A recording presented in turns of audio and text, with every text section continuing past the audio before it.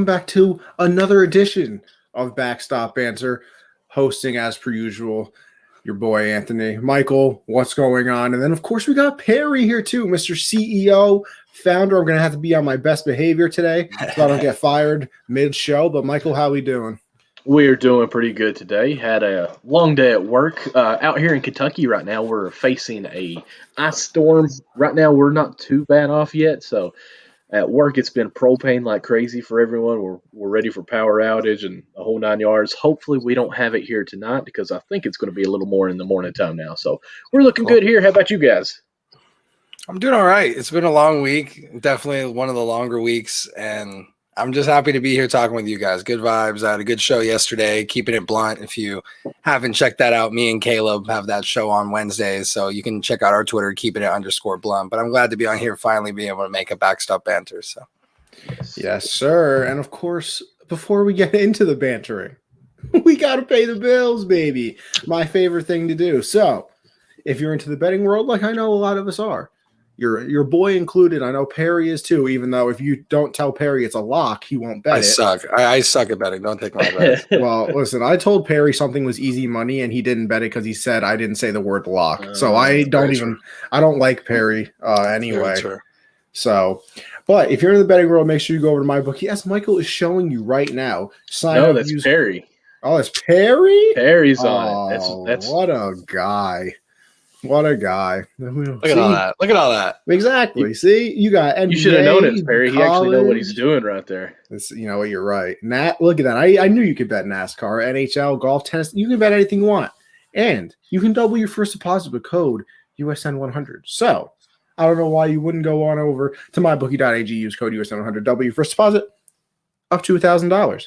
Now, with your winnings, of course, because you're going to be a professional bettor, as I always like to say, you could then go over to RX Hemp. RX Hemp-USN saves you 10% on your entire order. You know, got some premium CBD creams over there. So if you're a little sore from a long day at work, you know, maybe a long day sitting in the chair at school for, you know, a 3-hour class like I am. So make sure you go check them out. They got the hot and cold options. I know a lot of people over here at Unwrapped are big fans of the stuff. So make sure you go and check that out. You'll feel brand new when you wake up in the morning. I promise. That's the Connie promise right there. Then, of course, we have our wonderful store that, you know, I'll shout out Perry right here. Works very hard on the store. Okay, there guys. So Perry works very hard. He's showing you designs right there. We got some heat in the store. So make sure you go and check it out. It's teespring/stores/unwrapped. Go check things out. We got merch for everybody too. Look at that. Gen Z, beautiful. Love that show. You know what, Connie? I really wish there was a way I could get like 10% off of my purchase. Is there any way I could do that right now? Well, you see, Michael, you could if you go on over to our Patreon. It's definitely possible. You can go over to our Patreon. $1, that's lit right there. $1, you're supporting the squad. Okay, you showing us that you love the people of Unwrapped, which I don't blame you for doing. Mm-hmm. $5, you get 10% off that beautiful store that Perry just showed you. You also get entered into our Amazon gift card giveaway, and you get into our Discord chat where we're talking everything all the time, gaming, gambling, all sports available. So make sure you go check that out as well. And then, as Perry's showing you here, my goodness, Perry. I know. I'm going to have to have him run the show all the time. Yeah, man. I'm demoted. I'm out. Thank God. I've been waiting for this to happen for a long time. But $10, you get 20% off the Teespring shop. Of course, you got the Discord again. You got the Amazon gift card giveaway. But not only that. No. You get entered in to the Keenan Allen signed jersey, baby. I mean, let me tell you something. And see, I've been saying this all along. If I win the jersey, I would probably keep it. But if you're a businessman, and you're like, you know what? I just spent $10 to get a signed Keenan Allen jersey. Bro, you could always resell to make profit and then invest it right back in the Teespring store. So you know what? There you go. Everything comes full circle here at Unwrapped. It's almost like a baseball. Now that right there was full circle. That I should be a professional salesman. Kudos to you there. But those are the bills, as I like to say. So now let's get into it. But Michael, we're not going to get into the baseball stuff right away. we're going to hold off just a tad. We're going to hold off a little bit because we got Perry here. And, we've been doing a lot of interviews recently. We had Ivan De Jesus Jr. on last week. We have Dalton on. Shout out to Yvonne. Thank you for coming on and spending some time with us, man. Nah, for sure.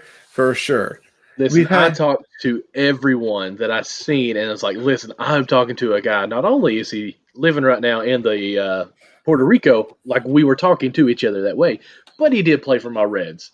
And I was just like stoked. Everyone's like, who's this guy? These baseball non-fans and everything. We're like, it doesn't matter if you know who he is or not. Just listen to me. Like, this guy actually came on my show and was talking with me. And they're like, oh, well, Absolutely. that's great. That's a weird way to say my show, Michael.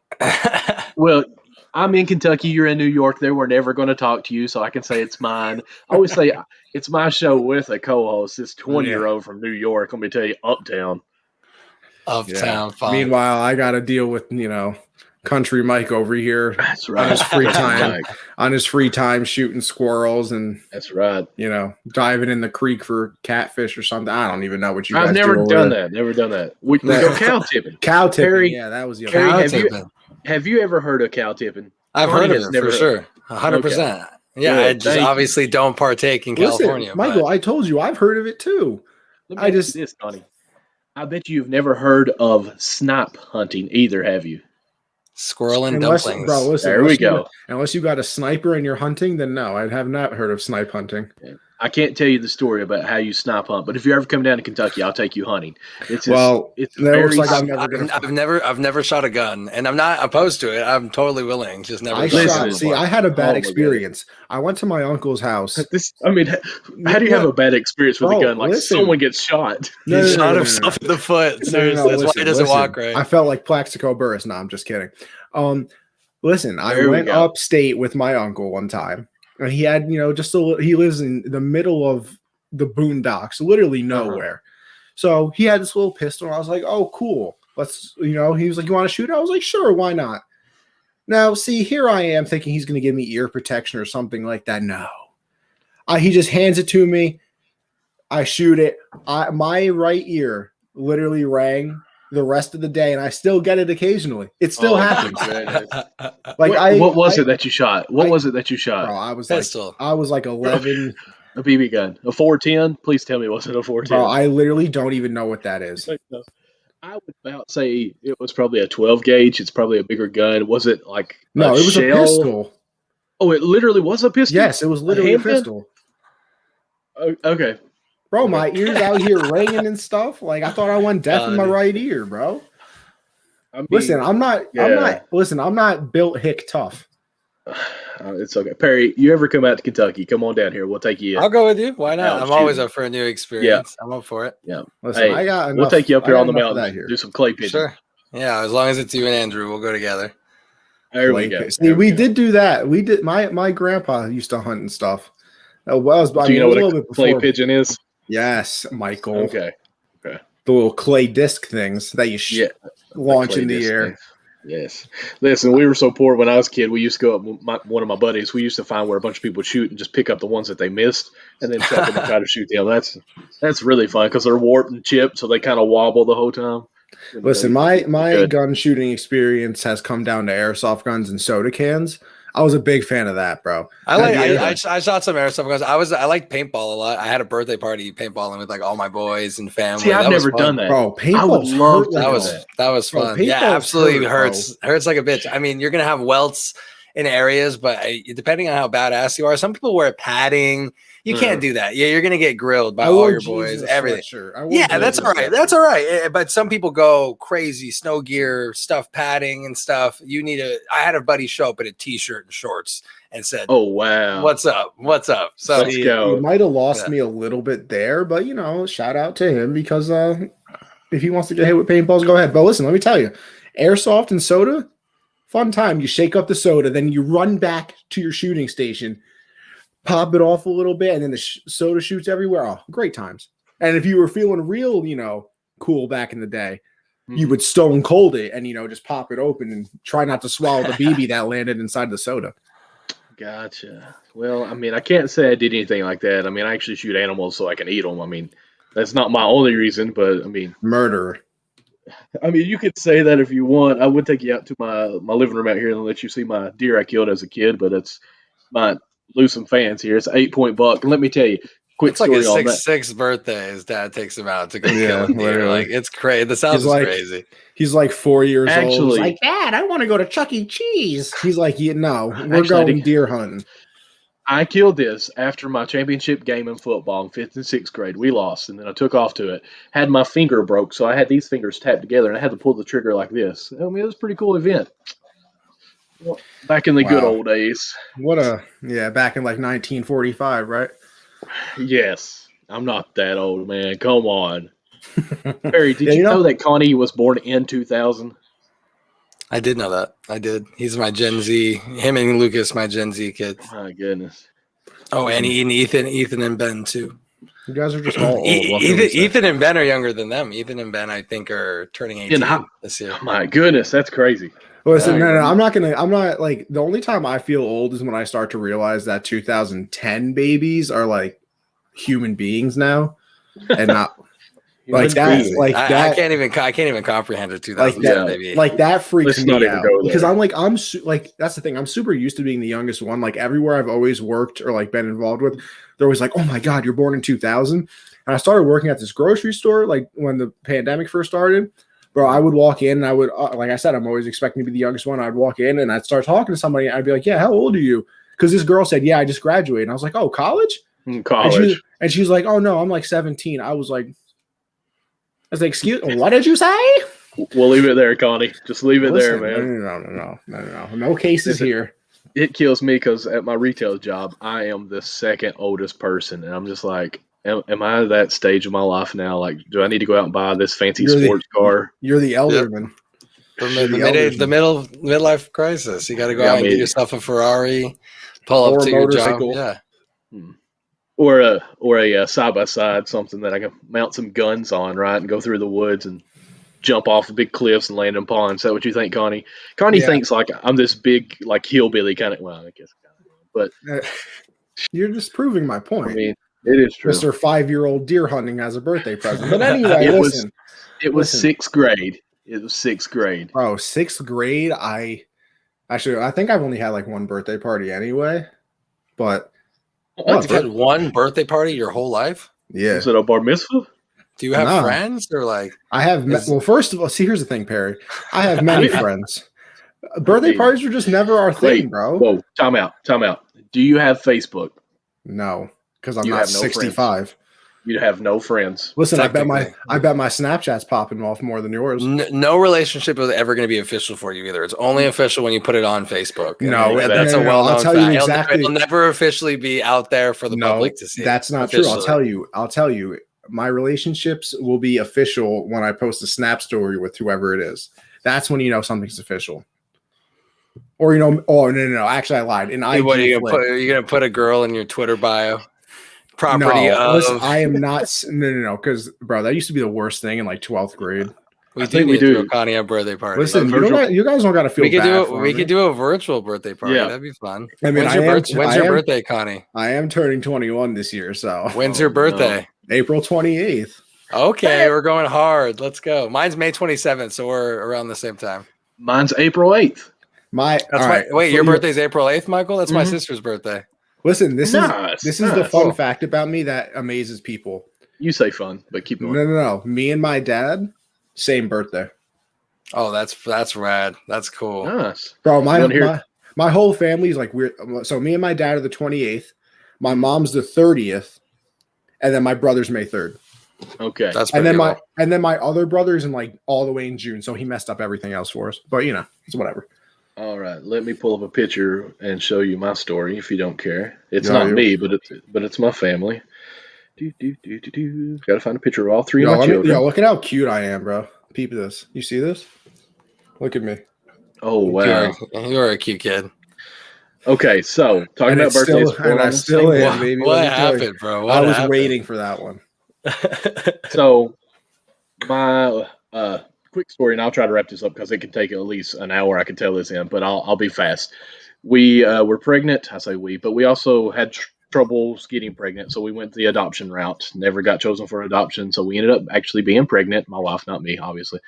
And then we got chosen to adopt like 4 months later, and went to Louisville, Kentucky to pick up our daughter when she was going to be born because she was a week late, so they induced her labor on a certain day. So my son was going to be born 5 weeks later from that day. So my wife goes into labor while we're waiting for my daughter to be born and gives birth. So I kind of have twins, but different mothers and fathers because they're born on the same day, same year, but they're also born on my wife's birthday. I knew this story because I read that article and I hit you up about it. That yes. Yeah, that's rad. so trippy. The coolest thing ever. And they had a whole story written about them. I read the whole article. It was awesome. And it even gets deeper more. My youngest daughter, she was born 12 weeks early. And we was out at NICU because she was so early. She was on all kinds of different things going on with her. But my son, and I'll be quick on this, my son was having a lot of breathing problems. It was like pneumonia, what we kept being heard here. And then we actually went to Johnson City, Tennessee, to the hospital, and she spent 87 days in NICU. But she actually saved my son's life because he had a rare, let me see here, it's congenital lobar emphysema. And they actually told us he was 11 months old, and they told him if we didn't catch it then, he was actually just going to smother and die. So at 11 months old, he had a third of his lung removed, and we never would have found it if my daughter wouldn't have been born early. So it's been a crazy life. Like, we want to be on a Hallmark movie that I don't. That is a movie. Yo, listen, that's an absolute all I'm script. saying is, Michael, I am a film major, basically. Oh, that's a I'm beautiful. just- That's I'm seriously a just beautiful saying. story. Yeah. So beautiful. You know what else is a beautiful story that I really How want to get into? Unwrapped Sports Yes, Network how came Unwrapped about. Sports came about. Because listen, I have known Perry. I'm not going to lie to you. I haven't heard the story and all the behind the scenes stuff of Unwrapped. So I haven't really either, other than I kind of came in probably 2019, December, around that time, and I've been with them ever since. Hence, I don't even know when I came in. What, 2020? I know that, obviously. But I don't know. You're probably creeping on 8 months or I something. think I was in that. like June, maybe. Yeah, you're probably creeping on 8 months, something like that. 8 months, I'm doing my thing, just saying. They're not trying to brag or anything, but they trust them. They trust the kids. Anyway, so Perry, can we hear the past, present, and future of Unwrapped Sports Network? Sure. I always love talking about it. I have brought it up on an interview or two before. I love when people want to dive into it. Unwrapped Sports, which is now Unwrapped, it's much further than just sports and heading in that direction, which is a prelude. But to go backwards, it's not the craziest inception story of all time, but it is a fun one to tell. I was doing podcasting with Christian, as you guys know, and Corbin, who was another buddy of ours that was an original co-founder, no longer part of it with us, but one of my best friends, one of my brothers.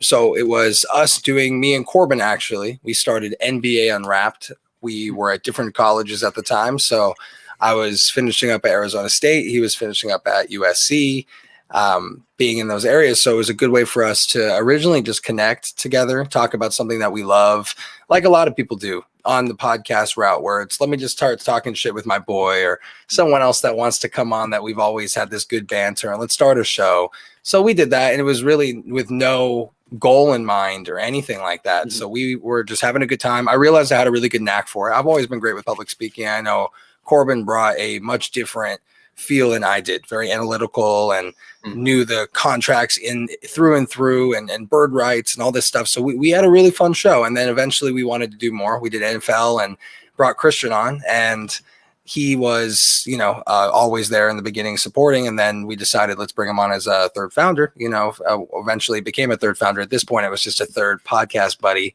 So we had NBA Unwrapped, NFL Unwrapped. I eventually even took it a step further, and on an NFL Unwrapped episode, we had someone that we no longer work with, but his name was Adam, and it was a really good episode. So me and him actually started Fantasy Football Unwrapped. So that became a third show that we had. And then at that point, it was January of 2019.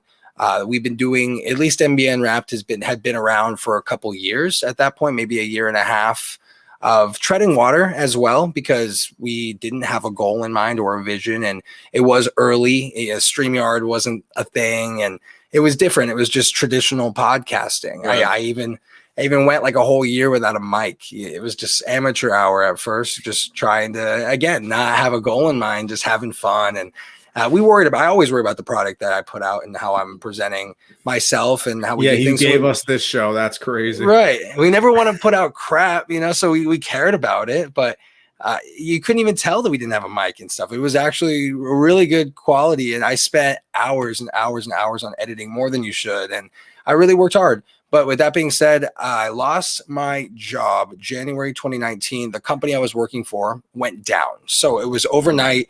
It's a crazy story. The CFO funneled $3 million, to offshore accounts and pretty much bankrupted these guys overnight. So it was like a fucking movie, a crazy movie. And I was doing inventory on a Sunday night and I get an email, hey, there's no work tomorrow. There wasn't even any time. It was nighttime. Like, you can tell your staff, like, this is it. We got to pull the plug. So I was like, what the fuck, right? Like, what's going on?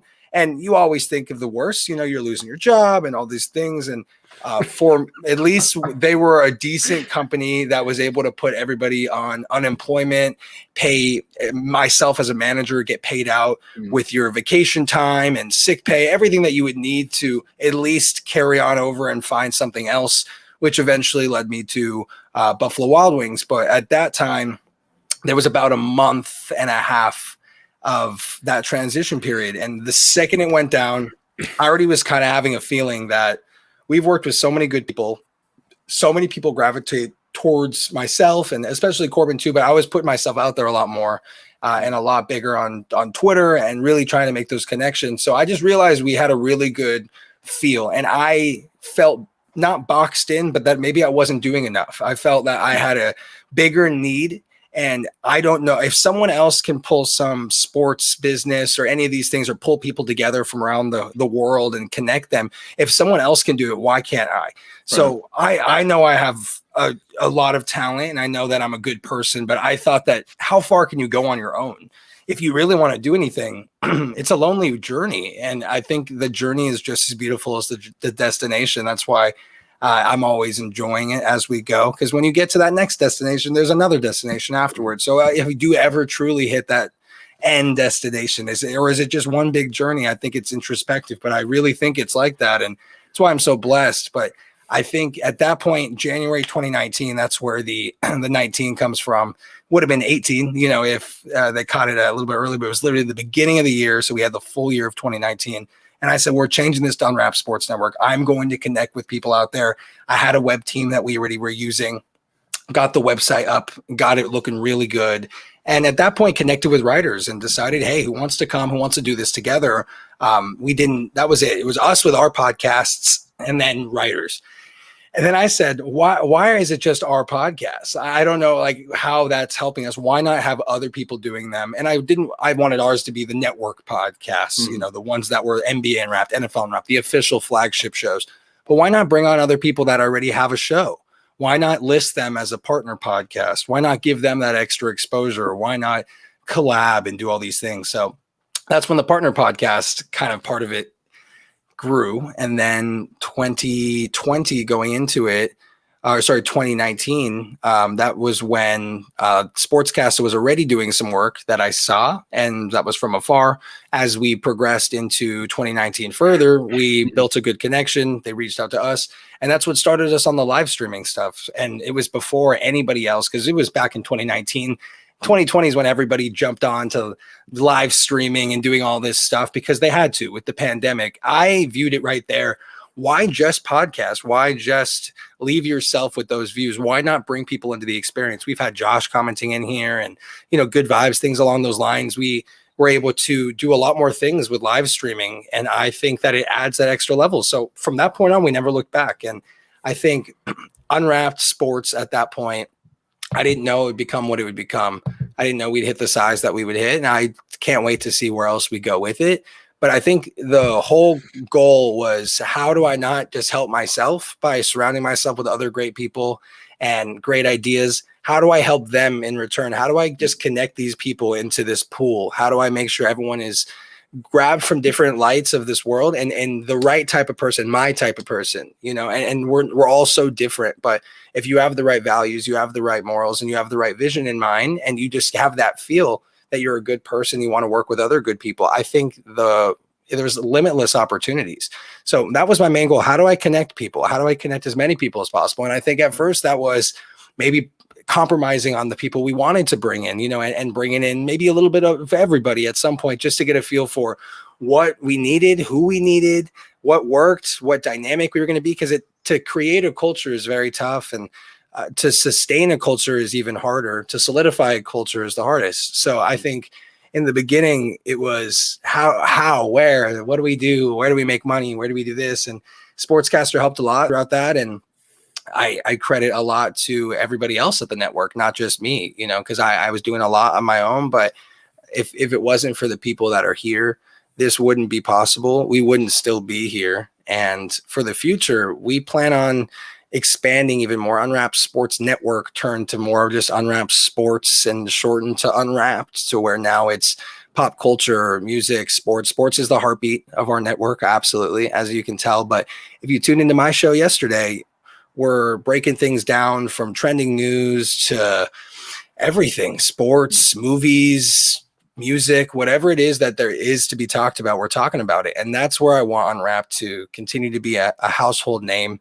I have a large promotions background. When the world opens up again, I would like to continue to take Unwrapped in person. I want to have ticketing sponsorships. I want to be able to be that one-stop shop. If you want to go to a game, or if you want to go to an event and want to go to a party, we have a sector for all of it. We are Unwrapped, that's in your household name, and we're able to really make a lot of things happen for you and bring a lot together. And conventions will be something that we do a lot, and things that we're bringing more people together. And one thing that I'll share with you, we want to have broadcast camps. We're going to be training kids around the country and setting up and having big sponsors. We want to continue taking this in person while thriving online, because this is a technologically advanced world, and we're going to use every bit of it. So I just am really excited at the idea of continuing to blow the top off, trying different things. We are a media company at all means, but I want to be media, promotions, everything along those lines. That, again, we're a one-stop shop, but we're never going away from our values. Good people, person first, content second. We're always making sure that the people that are here are gaining from us. We're gaining from them. We're putting out good work because you could tell that we enjoy being together, and we're striving for the stars together. So again, you're only as good as your team. And that's why I feel like I'm good. It's because I have a great team, not because I've put the work in. It's because you're only as good as your team. That's pretty much it, man. I mean, that's the past. That's the present. As you guys know, you're here with me. And then the future is really just continuing to diversify, take things not just online, but in person, and continue to connect. I think connecting is the biggest part of this all for me. So how do we teach the younger audiences? How do we pass on lessons like that? How do we reach for the older audiences and connect in that way as well, and find a way to really wrap it all together? So Unwrapped is an absolute blessing. I love talking about it too. It's not a crazy inception story, more of me losing my job and having more time and pulling the trigger on something I've wanted to do for a bit. And it's just ran like crazy, fuel to the fire every single year. And it just goes. But how many times do you hear that actually? When everything all the content that you could have is going smooth, and all of a sudden your back's up against a wall. That's usually when something great does happen. A lot of times it's interesting. My dad literally today, he kept saying, when there's bad comes good. And he says that over and over again. When there's bad, it comes good. And I think that it's always going to be one of those things where when you're in a bad situation, how do you make the most of it? How do you use that time to pursue something else that is productive, it makes you happy, hits a goal that you're going for? Again, what are you going to do? Sit at home and sulk that your job went under and that you're sad? You're going to hit the job market, you're going to throw in applications, and while you're sitting there on your ass, you're going to think, all right, well, what have I not been able to do? And now let's do it. Let's attack it. That's when you see people on Shark Tank right now. If you're looking at the new season, half the people are like, to be honest, thank God for the pandemic, because if it wasn't, I wouldn't have ever quit my day job and dived fully into this. And that's why I'm standing here in front of you. I took a chance on myself. And some people can't just take a chance on themselves because you're scared of not having stability and all these things. You sometimes are forced into a situation where you have to act, and in the end, it's sometimes for the best. It's like my father said, when there's bad, it comes good. So I truly think that you got to make the best of every opportunity and see where it can take you. And I think Unwrapped Sports Network was an opportunity and well used, very good strategically used time. And we're still here. We've continued to keep it going, and it's a blessing. And again, it's not because of me; it's because of the people here. So, Right. Well, thank you for that. And, as myself, I've even said in our chat that we had so much how thankful I am to be a part of it. Now, I mean, as you said, yes, we don't make a lot of money at this. Half the time we don't make any money out of it. But thankfully, it's a tough Unwrapped has been market.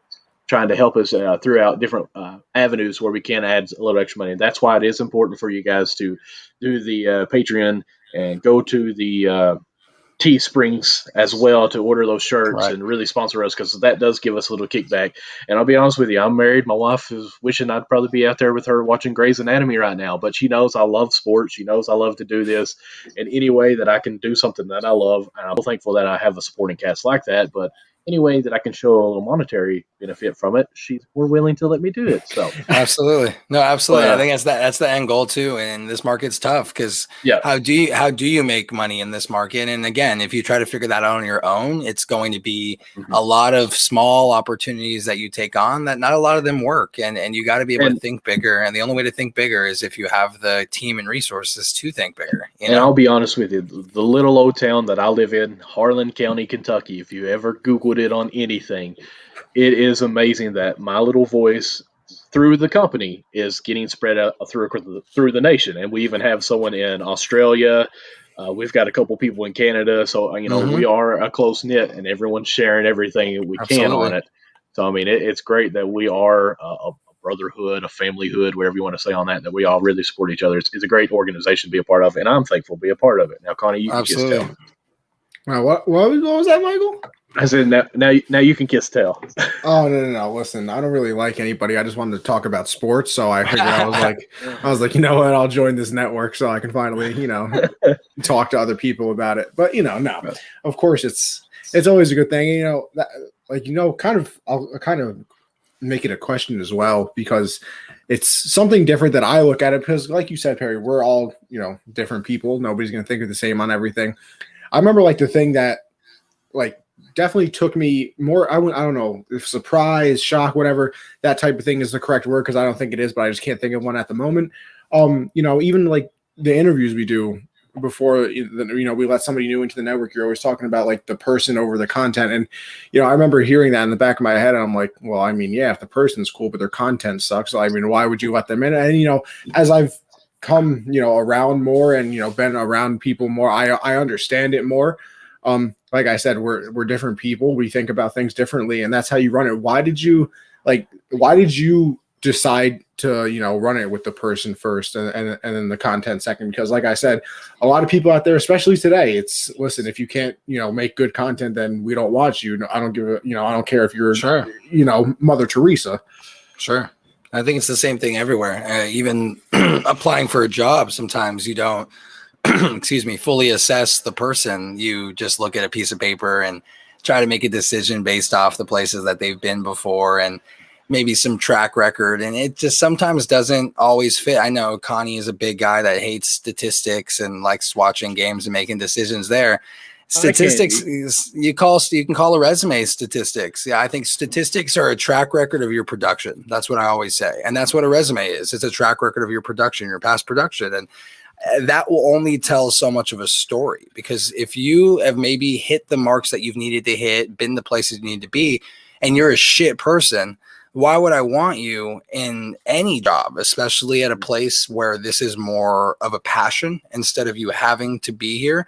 That means that to keep you guys engaged, to keep us wanting to work harder and strive for more, you have to enjoy the people you work with. And I think that's with, again, any job, but especially one that's more passion based instead of you clocking in, clocking out for a paycheck. Although the goal is to monetize, like Michael mentioned, and try and make some money off of this. It isn't a job. You're having fun. You're able to do something that you love. And I think doing something that you love with people that you love is the best thing in the world. And for me, I've always been raised to value family morals, do these things. And I I think the way I do business more came from myself, maybe my father as well, because he's definitely similar. But for me, I've always looked at it that if you don't do a business, especially again, that's passion based, if you don't run it like a family, I just don't see it worth running at all, because you spend so much time on that and put so much effort that if you don't enjoy the people you're doing it with, it's only going to be for a shorter period of time.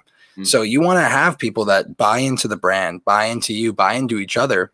And if you're able to do that, you're going to create good content. You're going to want to work together. You're going to want to help each other. You're going to want to take that person that maybe isn't the best streamer and get on a stream with him and teach him how to do certain things. And I really had to help. do that with Michael. It was Exactly. a struggle, but I mean, you can see it. Michael will even admit it took me a long time to even convince him to get on live streaming. When I did the switch to sportscaster, a lot of the people here didn't want to take that leap, and not just with that, other people not wanting to challenge themselves with other things.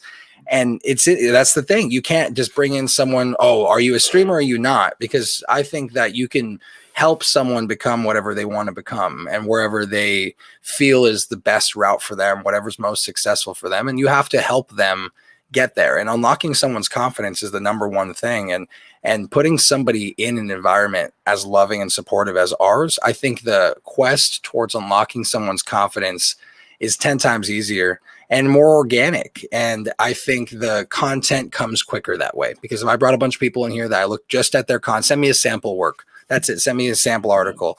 How do I know who you are, what you believe in? If you're going to buy into me, buy into the things that we do here, buy into Christian, buy into Alex, all of the things that we do, I need to make sure that you're a kind of person that we want to spend the time on, and we hope will give us the time back. But not everybody's worth spending time on. That's the blunt reality that people don't realize.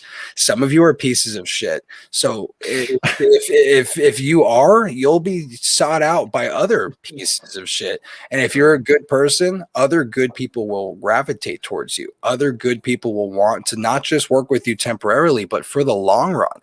So be a good person, strive to make your content as good as you can, but also put yourself with other people that make you want to be better. And I think that's the whole point of Unwrapped, the whole point of how I run it. Like you said, Connie, it's because I want a group that's pushing each other to be better every day. Because if not, I think we're just treading water and maybe too content. And I think once people have that confidence that they're not judging my streaming, they're not doing this, they're here for me. Like they want to help me. It's not like someone's coming at you. They're coming to you to try and help you or be there for you or work with you, whatever it may be.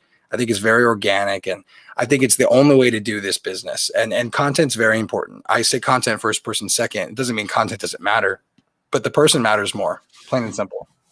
Well, that's one thing I was told, having a business degree, trying to get into retail world and all that stuff, going back to talking about resumes and everything. One of the managers higher up actually said to me something to the phrase, I'm going to kind of paraphrase it. I don't want people that are already certified to do things. I want people who are willing to do things, and I can train them to do what I need them to do. And I thought that kind of spoke highly of that situation, what you're kind of saying there. Because, Sure. I was thinking, I'm just a college graduate. I've got a degree. I can do this. But, if I didn't have the right attitude going into the workforce, then I'm no good. So, Absolutely. The person comes first. If they're willing to give I mean, even with sports, you got to be coachable. You got to be a person that comes in, buys into the culture, wants to provide to the culture, and wants to be molded and learn and contribute. And that's the same thing with any job. And if you bring in just a bunch of resumes and a bunch of people and a bunch of sample articles or a bunch of whatever, it's going to be a very shallow, short-lived existence. You're going to leave that job in 6 months, or you're going to want to fire them in 6 months or whatever. And you want to make sure that when you're wasting the time with someone that it was worth wasting on, plain and simple. Not that they're sitting there and not valuing the fact that you're giving them time. Well, Connie, I say we kind of start transitioning into the reason, not only to talk about Unwrapped Sports Network, but the main reason that we brought Perry out here was to talk about, I think he's trying to say the Dodgers. On what we put out here already, we're going to try to talk about the Dodgers and the Padres with something else mixed in here too. So, Perry, if you want to, go ahead and talk a little bit. Take your 2 seconds of fame here, just 2 seconds of just kind of marinating. There we go. The 2020 season for the Dodgers. As a fan, of course, guys that are watching this, he is from LA, living in LA now. Bandwagon. he was bandwagon Right, straight right. right there and enjoying not only the Lakers, but now the Dodgers as well. So go ahead, Sure. tell the world what you really feel. LA is blessed. We are absolutely blessed. Good weather, good women, good recreational products. I won't say it's a family racing show, and Thank you. champions, and then championships. So in reality, we are a city of champions, and we're going to continue to live up to that. The Dodgers have been quite a while since they won something. The Lakers, obviously, a historic franchise known for their championships, but to see the Dodgers coming back into that circle, even on a shortened season, I think it's amazing. And I love when people discount the rings of shortened seasons, like every single team wasn't dealt the exact same cards in the exact same circumstances and played the exact same games. So I think it's fabulous when people do that. But it looks the same in the mantle. It's just as shiny. And I think going into the next year, you have so much momentum if you're the Dodgers here. And you're adding, again, the rich get richer. When the Lakers won the championship last year, they said, you know what, we might run it back and win, but we can definitely get better and make this a joke for the rest of the league. So what do? They went and got Dennis Schroeder, Montrezl Harrell, both of the 6 man of the year, first and second place winners, and made this team even better. Wes Matthews, Marc Gasol. You see how the rich get richer, even if they didn't need it. And the Dodgers adding Trevor Bauer, who I know Michael loves. Thank you for that pause that you put in there. I think it was on purpose. Trevor Bauer. Sure. It is a beautiful thing having Mr. Bauer here in Los Angeles, former Cy Young winner.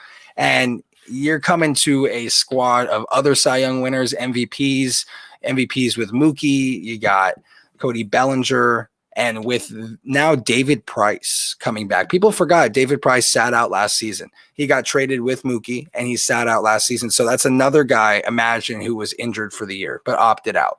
So you're adding 2 fresh arms, both with Cy Youngs, to the rotation. David Price, obviously not at Cy Young level anymore. He's going. And the thing is, on most teams, where would David Price be in the rotation?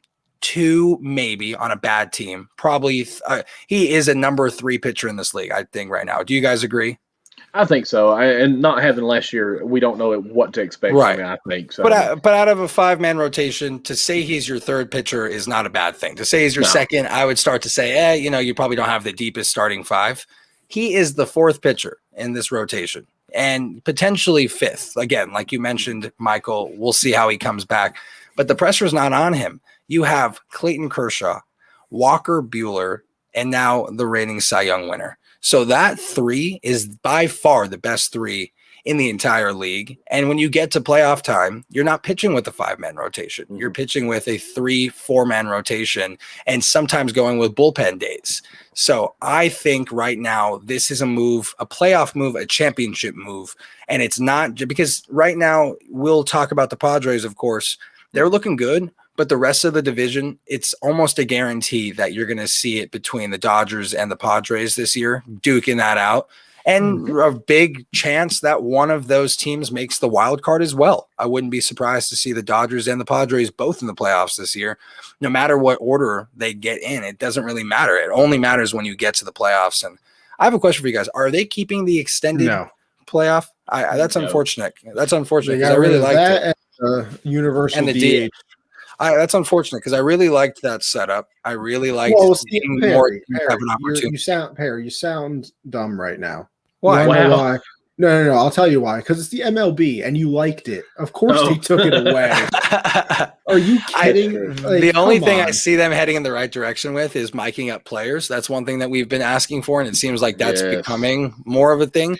But how do you not bring the DH back too? Like, what the hell, man? We loved that. Like, how do you? The only thing they're bringing back from last year is the 7-inning doubleheaders, and they're starting with the runner on second base. I believe, which I didn't mind, but it wasn't revolutionary for me. I think I grew on the runner in a slight way. It sped up games. It sped up games. I wouldn't even say sped up games. It was almost like It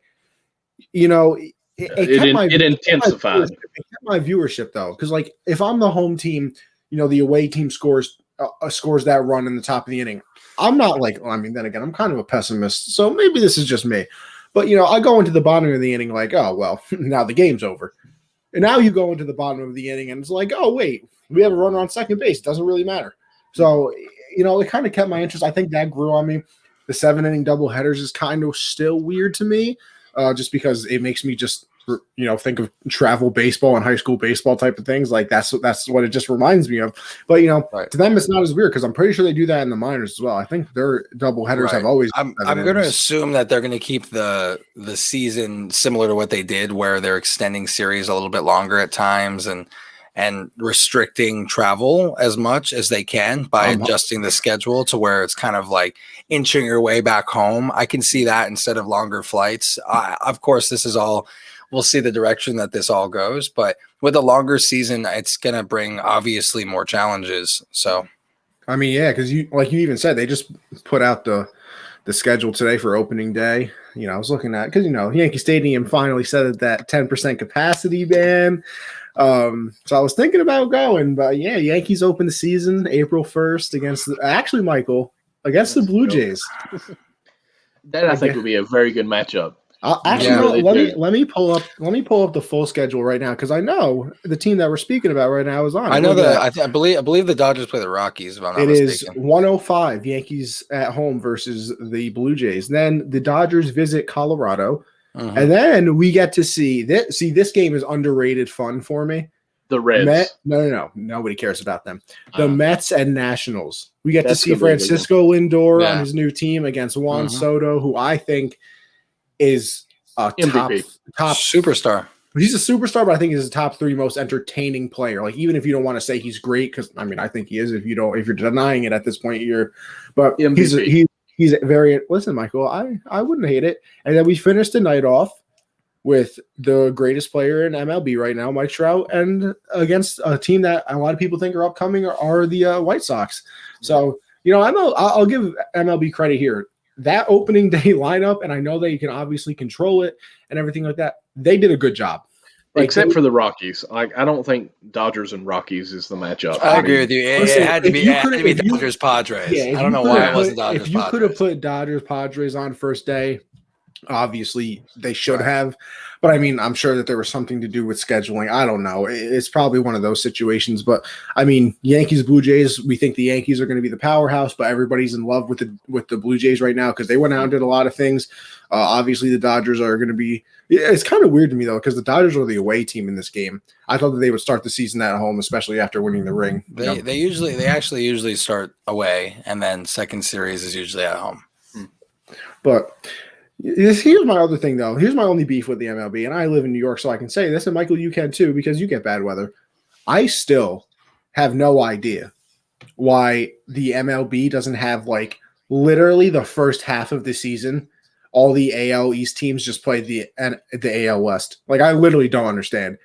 It's freezing in April. It's still cold in April, bro. That would make a lot of sense. It would make a lot of the East Coast games and more Southern games, Midwest, a little bit more in the beginning of the year. Have those interleague the middle of West the year. Trips late or early in the year.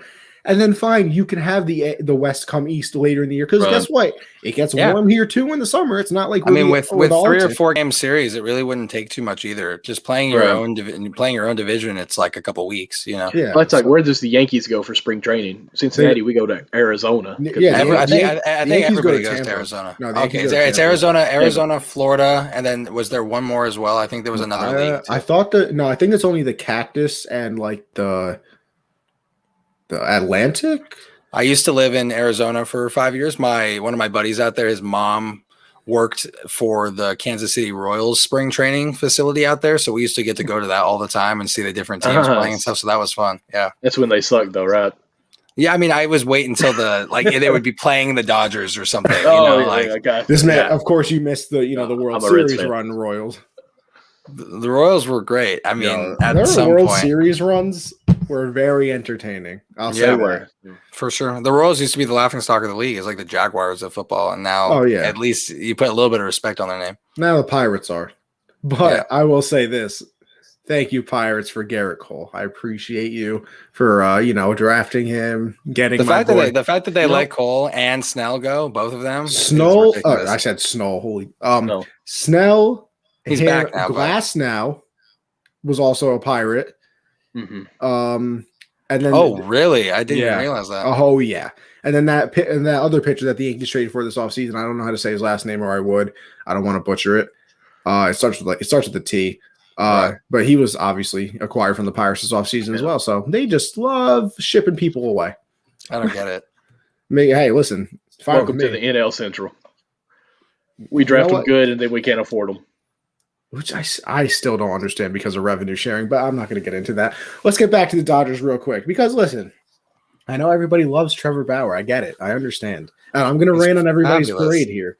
I'm going to rain on the parade. Listen, I know you said the rich get richer, this, that, blah, blah, all good and dandy. You cannot tell me that you're going to be happy if Trevor Bauer is making $42 million a year like he is this year and goes out there with a 3.5 ERA. You're not. I am a production-driven man. So wherever the money went, as long as we are tooled to make the playoffs, make a championship run, that's all that matters. And Kershaw's obviously on the down a little bit. You saw him have quite the postseason and really pitched well, but you can tell that he's getting older, obviously. So happy for that man, though. Walker Buehler is the number one pitcher on the staff. And so Buehler just signed for 2 more years, right? Yesterday, to avoid arbitration or whatever it's called. So arbitration. Arbitration. To be honest, it's crazy to say, even though Bauer won the Cy Young last year, I can't tell you confidently he's our number one between Walker Buehler and him. So that's even more interesting. That's even more interesting. I was exactly going to say the same thing. Buehler is magnificent. One of the best pitchers that I've actually gotten to watch in person. And I think Bauer, his signing is more to help Buehler than anything. I agree. Just that's that's a $40 million tutor you're talking about. Regardless, if you got the money, you got the money. Yeah, I mean, the strikeouts he had, his record he won the Cy Young, but yet he made our pitchers better. Okay, so I mean, are we forgetting that he won the Cy Young too? I know. Yeah, even if it's a 3.5 ERA, like this guy is not coming here to go 9-10 on the parade. That's where I'm going to rain on the parade. You know who he won the Cy Young against, though? He won against the AL and NL Central.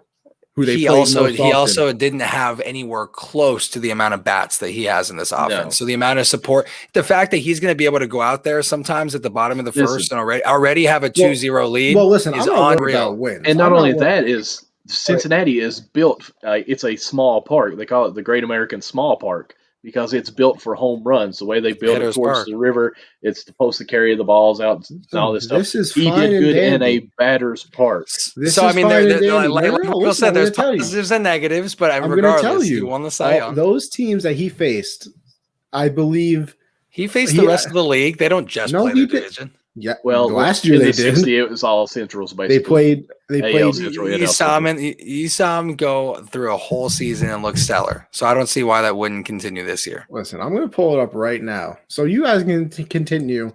He looked great, and again, like we mentioned, I can't even. The fact that the reigning Cy Young winner may not even be the number one on the roster, that shows how little of importance it is to dissect the little intricacies of him and more, like I said, the rich getting richer. And like Michael said, if that's locker room presence on top of having a sufficient starting pitcher with superstar talent, I think that's 100% worth it. And we already said, if you got the money, spend the money. So I think it's great. And again, Julio Urias, who's a guy that nobody really talks about too much. He's kind of got the messed up eye, but he closed out that last game for the Dodgers in the World Series. He came in as the closer, but he's a starter as well. He can play both. I'm seeing him as the number 5, or even Gosling, who was also a project piece, both that can use some serious mentorship. So it's not just Walker Buehler. All areas of this pitching staff, besides our bullpen, is very young. You know, you got David Price, who's on the older side here, but with Walker Buehler, potentially Julio Urias, as well as Gosling, the three of them, it's a big time to have proper mentorship there. And this pitching staff was already one of the best in the league last year. Mm-hmm. So now you're adding a piece here. The bullpen gets even stronger because, like I mentioned, guys like Urias or guys like Gosling will have to be shifted to the bullpen. You have those guys that can pitch longer innings. You don't just rely on a bunch of 7th, 8th, 9th inning guys. You have that comfort that if a pitcher's getting blown up, you have practically another starter to put in there on a dime that would be the 3 on any other team in the league. Do you think they may try to pitch Bauer every four days? Because that's something that he's. I don't see that in the regular season. Dave Roberts is not a big guy on short rest unless it's the postseason. Right. So I wouldn't expect to see that in the regular season. I'd expect to see a 5-man rotation going through it consistently and switching out that 5th man between who's performing at its highest. And I'm very interested to see what David Price brings, because all right, here we go. If he can get in there and just be, a 12-8 pitcher, I think that would be enough for sure. I'd love to see that. Here we go. He made 12 stars. Wait a second. No. Before you start, let me say this. Now, Perry, he's about to read us some stats. I thought you hated that. Yeah. Just let that sink in. Keep on. No, because listen, apparently I don't know what I'm doing, so it's a different story. He made 11 starts, right? 5 of them came against the I almost said Steelers because I'm still thinking of football. The Pirates, Royals, and Tigers combined. 5 of those 11, the real heavy hitters of the league. You can only face who you face. No, and that's when you dominate. Exactly my point, though. That's exactly my point. Maybe they're all but they're all bottom 20 teams in production, hitting everything like that. All bottom, half of the league. And now you're going from that. People like Bauer pitching to them. I mean, of course they are. No, because they suck. Because Bauer is pitching. In reality, it's also not his first rodeo there. He's not been a superstar his whole career, but you're finally seeing it really come to fruition there. Like, I really feel like right there, you saw the strikeout ability.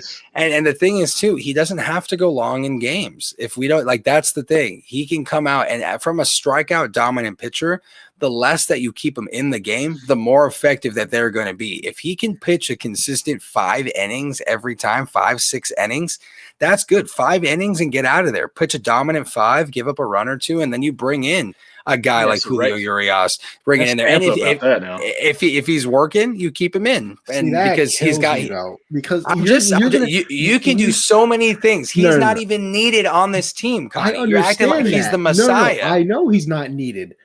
But I'm saying everybody's acting. Well, you guys are acting like he's the Messiah, you Dodger fans. I'm acting like we brought in the number 1 free agent on the market, because that's exactly what we did. Plain and simple. That ring. Plain and simple. Plain and simple. I said the Dodgers didn't even need him. I know. Listen, I know they don't. They don't even need him. He's been good for 1.5 seasons. Let's bring this a little bit farther here, okay? Regardless. So Bauer is on the World Series team. Right. He can only make them better in some form of fashion. Let's all agree on that. Absolutely. I think his presence, as far as bringing his database of what he does and his analyticals of his body workout and just the numbers he does there, you're going to see this Dodger team get even more better. Right. If it's not just him pitching, it's just his demeanor that he brings, his I don't care, we're going to be great mentality. Right. And the Dodgers already have this. So, yeah, by no means signing Bauer is ever going to be something bad. I mean, even if he came out there and pitched 5-11, it's still good for this team, because I guarantee these other pitchers will take a leap forward. Not a step, but a leap forward. I will say that, because, look, even the Reds.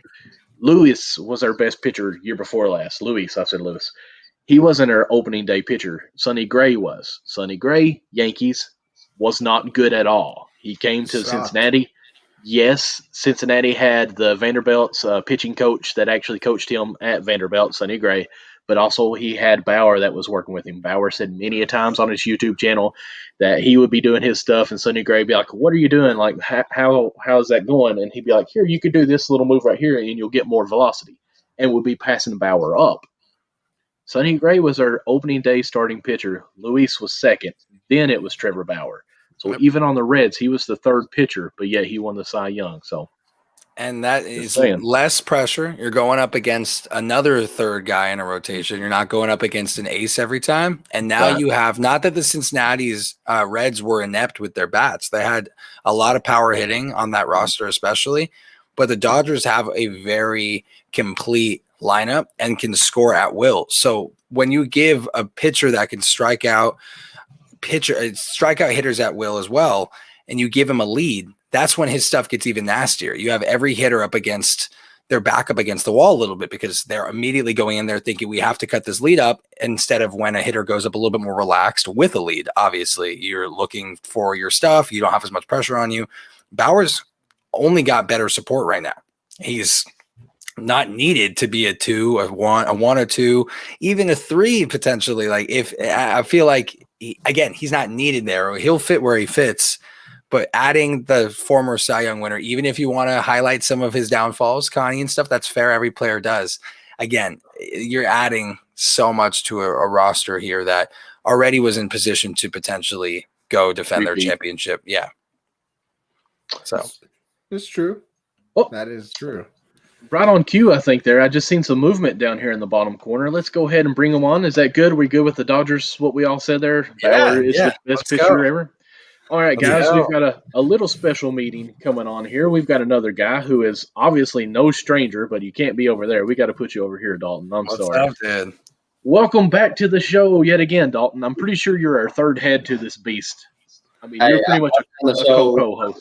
I feel like 15 times now. I mean, yes, you bring the smile, you bring the girls. Let's just say that. And Connie's hoping he can get one follow on Twitter. That's right. Hey, listen, Dalton followed me. That's all that matters. That's right. Me and him are boys now. True. Listen, I'm going to go ahead and throw this out. Dalton sent me a message of a screenshot on the Instagram message, and it about had me have a heart attack. He had put a post on there about Yvonne De Jesus being on there with us, and he said, "Who's next?" And he tagged Brandon Phillips in it, but Brandon Phillips in his little chat over there said, "Hey, yes, sir," or something to that effect. I was like, oh, my goodness, could Brandon Phillips really come on the show? I would die. Hey, he knows about the show now. I'll talk to him about it. Oh, cool. Lord. Oh, my goodness.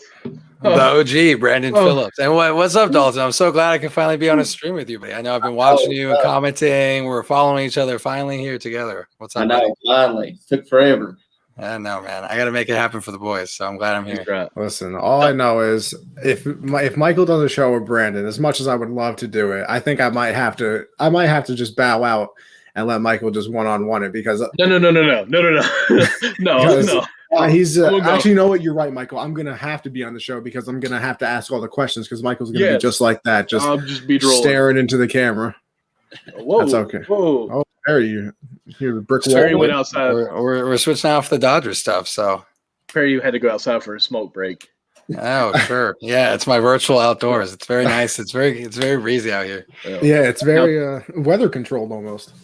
Now, I think we're going to try to do this, possibly more than just this one time, but I've reached out to Dalton, asked if he would actually come up together with what I've been calling a tech talk, kind of give us some information. We got a great guy playing catcher right now, really into the sport, played for Lexington Legends, for the guys in Kentucky knows where that area is. He's playing right now at Alice Lloyd College still. We don't know exactly what his future is going to bring, or do we know any more update on that? It will be coming in a few weeks.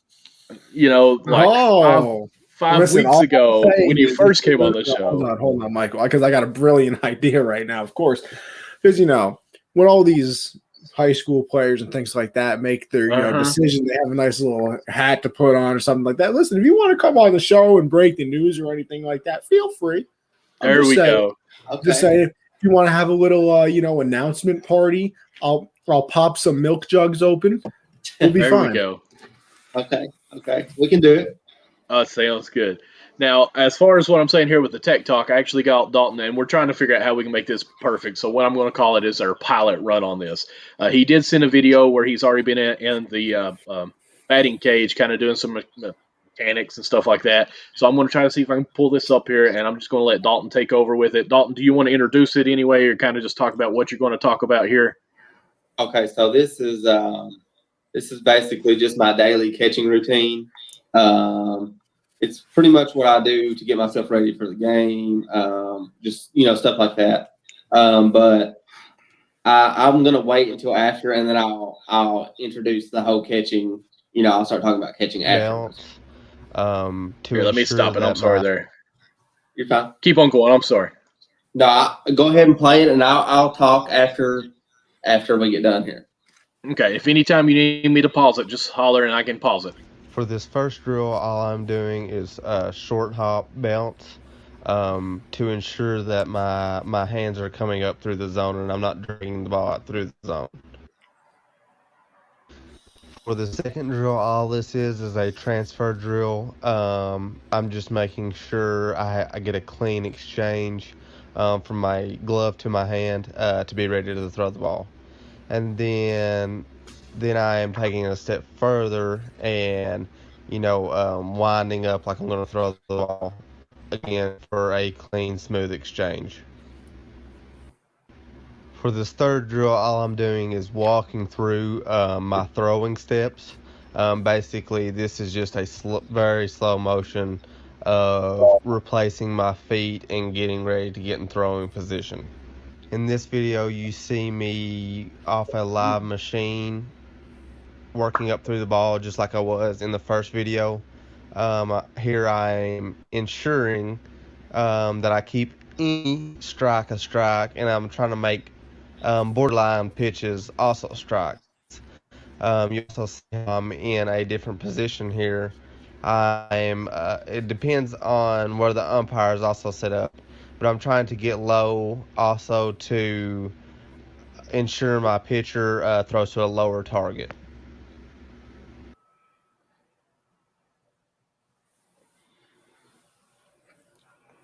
I think we got a little bit more here. Go on. In this next video, I'm going through my throwing motion, obviously in a faster speed, just to get my feet and my exchange game ready.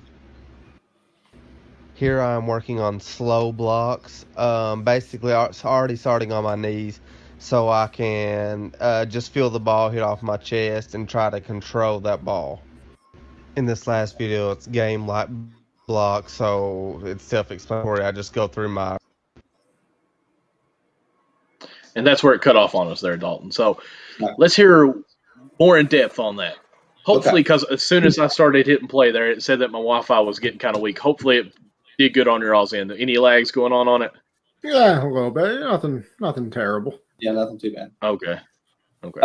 So I'll go through basically every drill we were talking about. So with the first drill, for the short hops, the reason we work on that is because the new thing with catching is keeping the ball obviously a strike. I know that sounds stupid, but keeping a strike. So when a pitcher is throwing downhill, the ball is creating force that's going to take your glove out of the zone, correct? So when you beat that ball to the spot and beat the ball there, the force stops there instead of dragging your glove out of the zone. So that's the reason for that first drill. So I'm just ensuring that I keep that ball a strike. For the exchange, when I exchange, same thing. I just want to make sure it's a clean exchange to get my hands going throughout the whole thing. When I'm coming up there, I'm just doing slow motion so I can feel my feet where they need to be, keep my balance, all that stuff. And catching is a lot about perceiving the umpire. The umpire sets up in different positions, on your body, depending on what the umpire is. So if he's setting up on my left, I'm going to perceive that ball back to the middle of the plate. So the umpire, as a human being, you see that ball perceived in the middle of the plate, you're going to take a strike. Makes sense. Yes. Yeah. It's a lot of skill. It's a lot of mental aspect of catching. I feel like you're going to have to, like you said, perception, you just thinking a lot before the pitch, but also after the pitch gets to you as well. I think that's very interesting. Correct. Yes. And pitch calling, obviously, that's a whole nother ball game. Yeah, I'd love to hear it. Not right now, maybe because we're going through the video, but I'd love to hear eventually your mindset and how you call games and stuff. I've always thought that was very interesting. For sure. Yeah, it's that's a whole different process. You got to read the batter, Right. where they're set up, how they're set up. What your pitcher's going through, all that stuff. Now, here's my question, because I'm kind of, just curious about it, because I watched, the evolution kind of happen with Gary Sanchez, who obviously is the catcher for the Yankees and everything like that. He, the traditional catcher setup, down on two legs like you are right now in this video. But to now it kind of being like he's almost on one leg always, and trying to get low. Is that like the new? I mean, I'm going to use kind of a term here. The new wave for catching. It is the new wave. It is okay, because that's what I was going to say. Everybody's so used to the traditional. You set up behind the plate, you down on two legs, and everything like that. But is it because of the framing? Is it easier to pop up? What is it exactly that you think they're changing it, and why do you think they're changing it? Like I said, I'm really curious about that because I saw it with Sanchez where he came up and he was traditional, and then now it's literally only like that. Yes. So now they changed. Pitching has actually changed a lot over the past few years. So with the one knee, again, it depends on which knee. Good catchers will know where the umpire is set up behind them. So it depends on which knee you go over, so they can look over your shoulder and get a good perception of the plate and the ball. But as far as that, it gives your pitcher a lower target. It's easier to frame because you're already starting down lower than the ball. So it gives you an easier, coming up through it. It makes it easier. The only thing really bad about it is that if you have a runner on base, you do not want to really do that because the throwing aspect makes it really hard to throw. I was going to say, does that – so it definitely it's easier to, the term for catching right is your pop-up speed. It's on two legs. It's a lot easier than I imagine than being on the one leg. Yes. Oh, yeah. One leg you really don't want to throw like that, to be honest. Right. Yeah. Because it's like Perry said. First of all, here's the thing. I caught like twice in my entire Little League life, and I almost wanted to run off the field immediately each time. So, first of all, power to you guys for doing that, because let me tell you something. 90 miles an hour, 90 plus coming at me, and I'm the one that has to catch it. Listen, I've done many things in my life. That is not one that I want to do. I played third base for my whole Little League career. In the last 2 years I switched to catcher. So I was a catcher for the last 2 years, and I had more fun than I ever playing baseball in my whole life. Obviously, I wasn't playing at crazy, talent. I was on a travel team, so it wasn't Sunrise little league or whatever, but it wasn't anything crazy like I'm sure you were doing, but still I felt like I was able to see the game in a different light, and I was able to really, I thought, have more control over so many more aspects of the game, and I loved that feeling like I was able to contribute more. But it's a badass job back there. You're putting your body on the line, and I wasn't even one of those guys that dove into the craft like Dalton does, and just the experience of it, like I can see why it's so appealing, and it's such a tactical position. You got to be really smart if you're going to be a catcher. So to be honest, I think like the smarts has a big thing. If you know a lot about the game, catching is that's your place, because that's why. Listen, you look at the majors, a lot of managers were catchers. Exactly. Yeah, you read people, you read your infield, your outfield, your pitch calling. Honestly, catching is a lot like life, because you just go through so many different things that you have to look at while you're catching. It's exactly like life to me. That's how I look at it. Cool. I like that comparison for sure. Yeah. I think catching also, like I mentioned, being that mental battle, I think it's not just being on the field. You make the same impact as everybody else in the lineup. So I just think you add more than a lot of guys on the field at times, because you're only going to get X amount of plays to you. And that's not your fault. If you're in left field and the ball hasn't been hit to you that much, that's not like you're not doing your job. You're doing everything you can. You're covering your ground. But I just feel like a catcher is involved on every single play. So you just have to have the durability, the mind strength to be able to keep that consistent throughout the game. I just feel like the people that play catcher, like you mentioned, are those baseball savants, the ones that are meant to be in the league, be a manager, take it a whole nother step, even if that's announcing a game. I feel like if you put any catcher in an announcer's booth, it's just like putting a certain type of quarterback in an announcer's booth, where they're able to see the game before it happens, and really dissect things like that.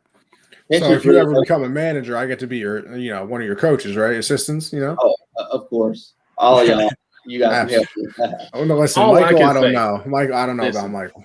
I could be a bench coach. What do they do? They sit on the bench, I'll be there with my GoPro. I'm telling you right now, I'd be the greatest third base coach of all time. Oh, yeah. Oh, I know. Listen, I know when to send the runners. Absolutely. Oh, yeah. Listen, Dalton, all I could think of the whole time that I was watching you switch from right foot, left foot, and I was squatting down on that, is, man, I would need some RX hemp for my knees by the time I get done. I mean, I know you're probably like, what, 20, 21? I think you said you're 22. 22. Like, do you already feel like knee problems going on with you even at this young of an age? Congratulations on that. Yeah. Listen, You're nimble, my man. Listen, You're nimble. Dalton is a young, fit person. If I did this, I wouldn't be able to walk for 6 days. So it's a whole different story. Listen, I'm telling you, because that's what I'm saying. Still on me because I'm not popping up. So question, Listen. Dalton, really quick. With the one leg out instead of being crouched, is it less pressure on your knees, I would assume? 100%. Okay, so it's also a comfort thing. Yes. Okay. See, that's my other question too, because like, you know, playing baseball the little bit I did until I realized I was too terrible to actually play it. You know, sitting down in the outfield or, you know, playing third, first, whatever. Yeah, you know, the sun's on you, you get a little toasty or something like that, bro. Like, how tired are you after a game? Because like that was the thing. Like I said, sitting in first, you know, right field, whatever, you know, you get a little sweat down your neck. You know, I'm a big guy anyway, so I'm gonna sweat easier than bro. The catchers come to the I can't even think of the word now. The ballpark. No. Come on, dugout. Holy Jesus! You come back to the dugout and take their stuff off. It looks like they took a shower. Yeah. I mean, like, how tired are you at the end of games? Okay, so first off, I want to say this: catchers, all around catchers, do not get credit they deserve. They really do not. First off, I want to say this because you can change the game as far as a catcher more than people don't notice that. You know what I'm saying? You're like the offensive lineman. Yeah. You steal these the unsung hero. Yeah, you're the offensive lineman of baseball. Nobody knows you, but you're block, save runs. Some catchers don't hit that well, but they're great defensively. That's why they get to play because they save the game. But as far as how tough and how tiring it is, it's crazy because you got the gear too, bro. Oh, the gear! You're the first one. You're the first one there. You're catching bullpens. Before the game, you're catching, you know, pre-pins, all this stuff. Then you got to work on hitting, so you got a whole extra. You know, it's just. Listen, Dalton, don't lie to me right now. Don't lie to me. Is there ever a time you're tired and then you have to go hit and you're like, you know what? Getting out right now would not be the worst thing. Obviously, yes. Listen, I'd always would crack up because, you know, you have the catchers, you know, one out, they're already putting on the shin guards and they're about to go on deck. You know, like, you don't know what you're supposed to do. And I always like, man, you know, I'm so glad I'm chubby and left-handed. I'm just going to stand on first base while, you know, he's trying to get everything together. He becomes the last out of the inning. He's got to run all the way from third because he's trying to stretch out the double. He's out third. Now he's got to run to the home dugout, get the gear on, and then our pitcher's out there is like, come on, man. Like, I'm waiting on you here. When you coming?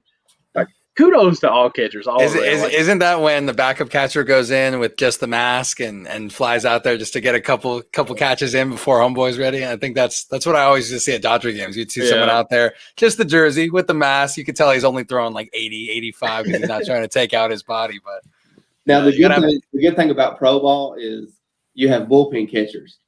Right. That's true. They don't play in the game, so they just catch our pins for us. Now in college, not that way. Well, your dad's the coach too, so yeah, it's definitely not that way for you. So like during the week, I'll catch probably 25 bullpens of them throwing 40 pitches each pitcher. Right. So, goodness. Yeah. Do you ever just get a chair and sit out there and be like, all right? Do you ever put like an AirPod in and at least listen to music while you're catching? No. Listen, even like bullpen sessions now. Do you guys have music blasting at times ever during practice or bullpen sessions or anything? Sometimes. It just depends. Listen, the only time I'm going to play catcher is on MLB The Show officially. So, you know, I'm just telling you right now, it's a lot of work. Dalton, do you play MLB The Show? They got the new one coming. I do not play. You're not a video game guy, are you? Either am I. Yeah, you know what? see, here's the difference between us. But you're a hunter, right? Like you like to go hunting, right? No, I've never been hunting in my life. So you've never shot a gun, Dalton? Because I'm in the same boat. No, I have shot a gun. I love guns. See, here's the thing. Okay. Dalton is country. Michael's a hick. See, there's a difference now. Now there's a difference. But see, here's the thing, Michael. This is where I've realized the difference between me and other people in life. And not to say video game people are lazy, but I do have a certain work ethic in my life. My free time I like to play some games or do some other things. Perry likes to run unwrapped. Dalton likes to go out and do catching things and could be in the majors one day. There might be a slight, to say the least, work difference in the world. Okay, hey, listen, Perry, we're still on the same show. It's because my power is flickering here because we're in this storm. So, okay. I just hope you're safe, man. It's crazy. Yeah, don't pay attention to that. Okay. Okay.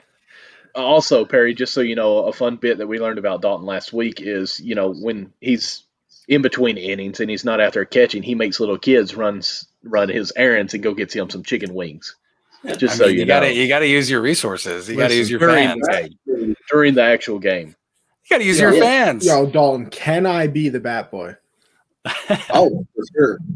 Listen, I want a bat. Give me one of those D3 bats. Come on, DC3, right? Yo, facts. I saw that on your IG story. Yeah, today. I saw that today too. Those DC3s look sick. Listen, I'm not gonna lie. I might. Do I get a little discount on the product or something? I got you. Oh my! See, and listen, Dalton. I don't want you to think I forgot about you. I'm just busy. I'm gonna send you some backstop gear, bro. Don't you worry. We're gonna get it out there for you. We'll even, we'll send you a bunch, and then you can hand it out to your teammates as well. We got to get one to Yvonne. I don't know if you can get it out to Puerto Rico, but you got to get one to him at some point. You got to get one to Brandon because Michael might have, might break down in tears. You know what? I might have to order that Brandon Phillips shirt here. Let me sign it and then send it to him. Be like, you know about the show now, Brandon. Is he still out in Lexington or is he elsewhere?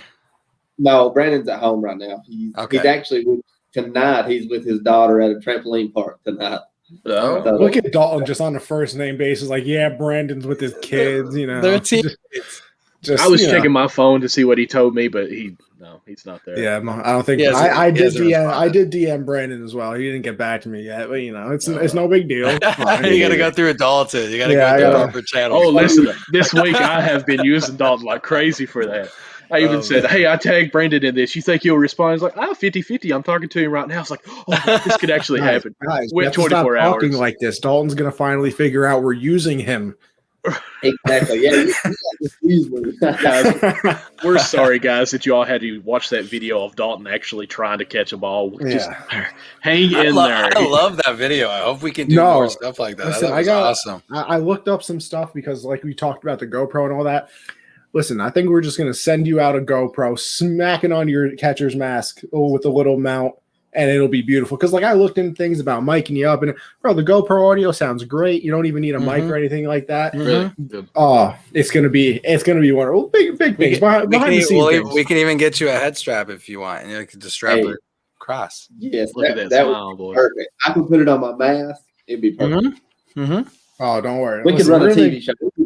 I wonder if you could put it on your glove. I mean, I know that'd be kind of harder. How the hell are you going to do that? Maybe your wrist and actually see it. I mean, you can do it on the wrist. That is a thing. I'm sure you can put it on the tip at certain areas because it's come right to the palm. But I'm sure there's going to be a couple snow cones for them. Oh yeah. Take that GoPro right off. Listen, they're tough. Yeah. Dalton, have you ever went and caught an Indian without your cup? He says what I'm feeling wild. Yeah, I got some good stories. Yes, let's hear them. That's why we're here. This is to hear stories. So when I was younger, I went to a showcase here. 22. I went to a showcase and we were catching pitchers, catching bullpens, obviously, and I was trying to rush, so I didn't put my cup in. First pitch, he balances one. I mean, straight. And that's the most sick I've ever been in my life. Really? So the whole rest of the showcase, I was out. I was down for the count. I couldn't even do anything for the rest of the showcase. So from now on, I wear a cup. No matter he wears 2 cups. He double cups. Yeah. This man Dalton has never forgot ever again. It's funny you asked that because it reminds me of my brother. was playing one day. Catcher threw it down from runner stealing. My brother played second. He cross up things like that, or the throw from the catcher to second and just landed right there. Just he wasn't too happy either, but he still refused to ever wear one. My mom always got mad at him. Oh, I never wore one in the field. Oh, it's terrible. Even with the cup getting hit. You never wore a cup, Michael? That is ballsy, man. I don't think I never caught. Either. I never caught though. I never. But no, regardless, man. I know really? this pitcher has the capability to hit me in the nuts while I turn to hit this ball. I know that's a very real possibility. And if I'm playing shortstop or anything like that, I know the ball's just got to have one wrong way, and those are gone. The cup's not bad, man. The cup's not that bad. Listen, I hate it on slide. So me and my buddies went to play paintball one day. Oh no! I was like, that earlier. I'm smarter than this. So I wore a full-on jock strap, a cup, ball pads to make sure I was not getting smoked. It's probably smart. It's probably smart. I had a buddy that showed up in shorts and a t-shirt with no cup and got his ass rocked. He got rocked. I pulled up in jeans and a sweatshirt, and it still hurt me. So I'll stick to Call of Duty. Yeah, don't feel no pain there, right? Yeah. Listen, the only pain I feel is mental when I get a little angry. The finger cramp. The finger cramps. Listen, I was playing GTA, the past few nights, keeping your finger on that trigger to, drive. You get a little numb sometimes. It's just hard life out here. Dalton, I understand your pain, bro. I go through a lot too. I understand. Yeah, that's right. Getting back to this video a little bit, Dalton. And again, I'm left-handed, so I never was around catching at all. I got to catch one inning, and it was because I was the old guy and just wanted to do it my last season. At the beginning of the drill, they were bouncing the ball. Like you were letting it bounce and then catching it. Is that, I guess, you talked a little bit of that you're trying to frame. Is that what the whole purpose of bouncy part of it, to catch it as it was coming up, to teach your arm to go up to frame, I guess? Is that what that whole purpose was going on there? Exactly, yeah. Just bringing that ball back into the strike zone. On the borderline pitch, it's kind of recreating the borderline pitch. So I'm just trying it back. And from a casual, if you will, even watching some games, watching MLBs, I noticed that the catcher's gloves were way low like that, and I never understood why, but now it makes more sense because you're expecting it basically to be higher than your glove, right? Like the pitcher's going to be pitching it there, and you can bring it up before that frame. Mm-hmm. Totally makes sense to me now. I never understood that concept till now, so you just taught me something. Now here's the real thing, though. Do you think that all goes away if they put this electronic strike zone in? Let's not even talk about that. Pitchers, honestly, our jobs will not be the same. I think so. Would it just be with framing, though? That would be the only thing affected, you think? I think so. I think that'd be pretty much the only thing. But framing's a big. Absolutely. Listen, you're going to be fine, though, because if there's no runners on, you might as well say crisscross applesauce behind the plate. You don't got to worry about framing nothing. I'll let it hit you in the chest. Bro. You can pull out one of those. You'll pull out a bucket, flip it over, you'll stick it up on top. You'll coach it. Listen, guys. You just throw the ball down the middle. This umpire's not doing anything behind me anyway.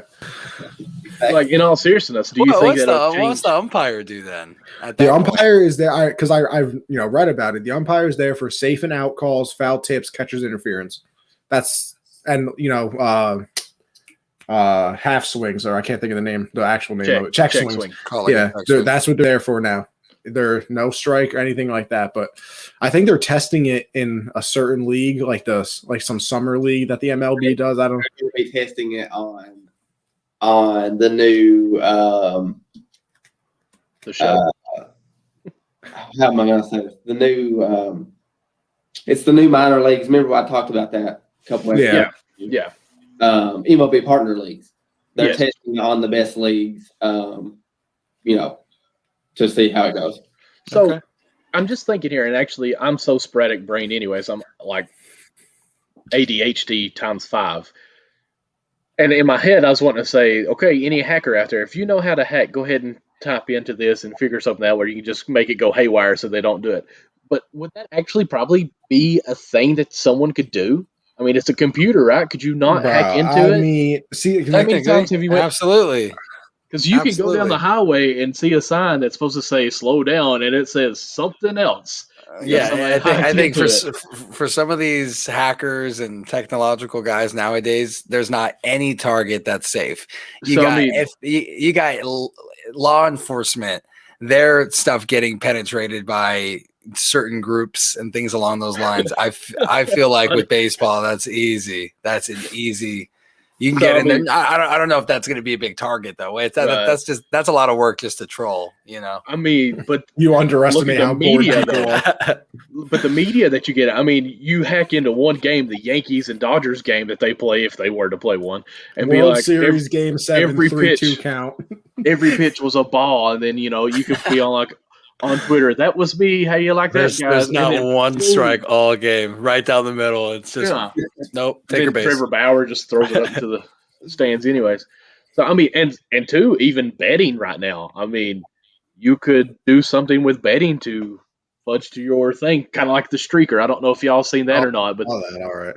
the streaker made a $50,000 bet before the game that they would be a streaker in the Super Bowl, and it won $400,000. He cleared like $374 after he paid his jail fine. So I mean, you could even kind of manipulate your winnings Bro, on that's that. so smart. I would just like to say that's still the smartest thing I think I've ever heard. That's pretty genius. And he actually won $375K. And it only took him $1,000 to get out of jail. The judge was very lenient, only $1,000 bail, and he Bro, cleared I would have 374. sold my house and put the money on that bet.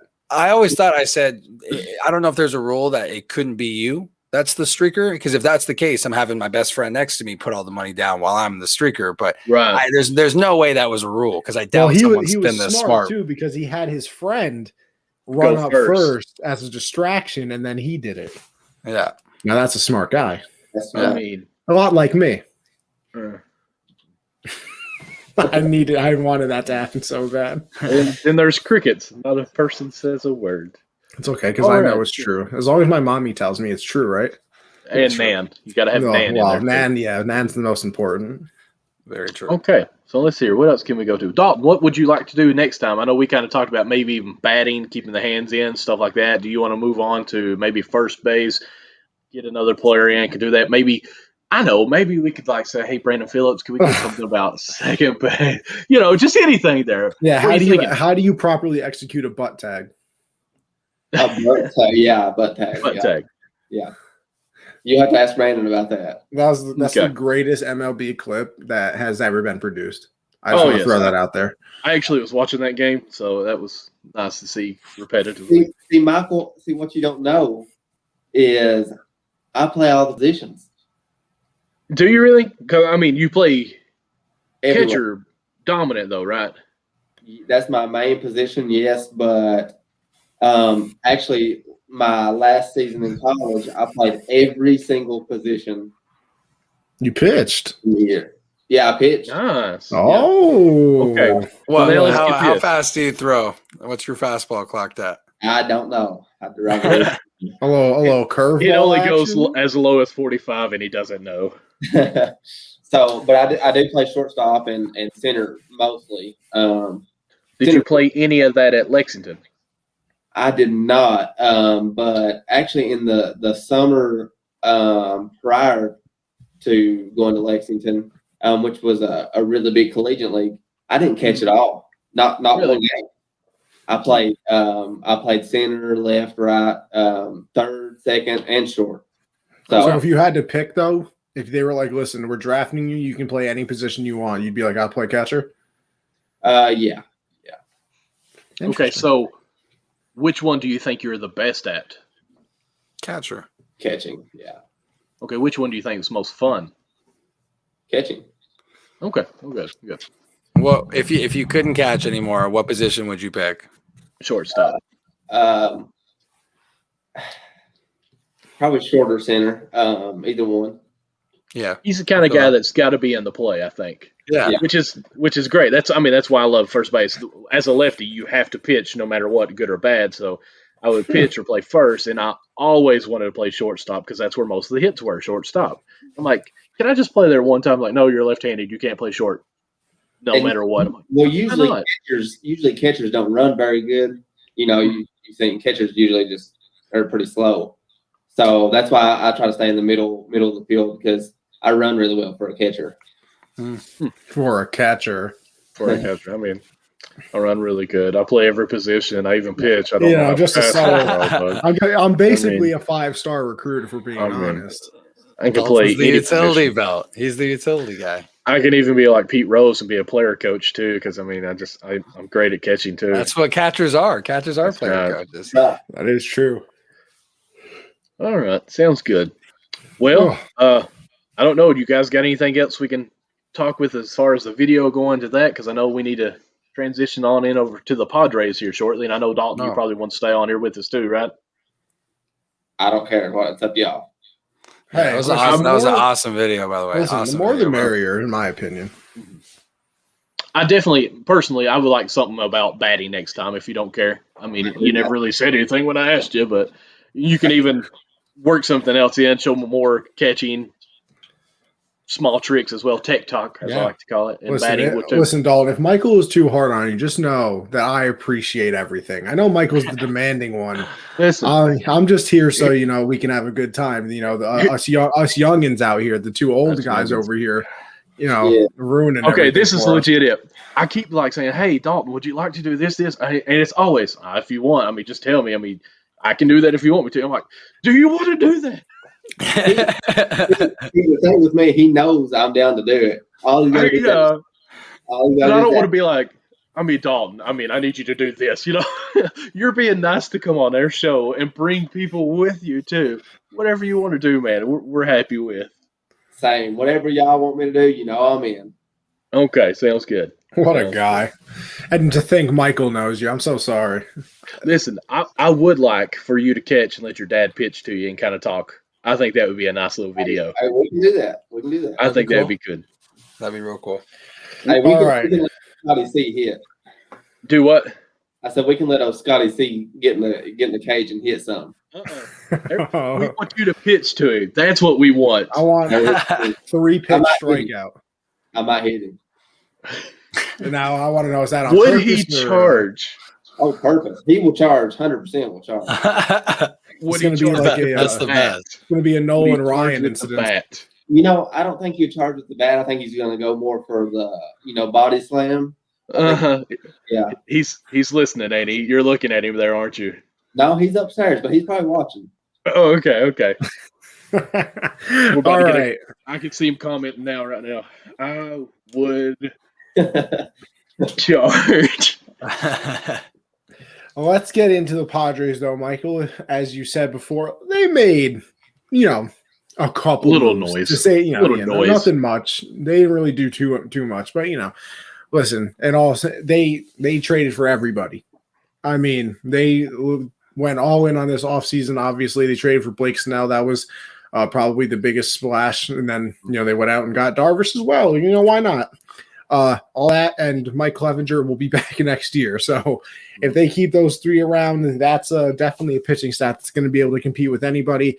They obviously have a solid lineup. The names in there with Machado and Tatis, who is probably one of the most fun players in baseball to watch, not only because he's extremely talented, but he just brings, more fun to the game of baseball that we think is, boring sometimes because people are too rigid. So the second face of baseball.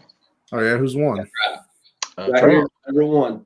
And look at that smile, boys.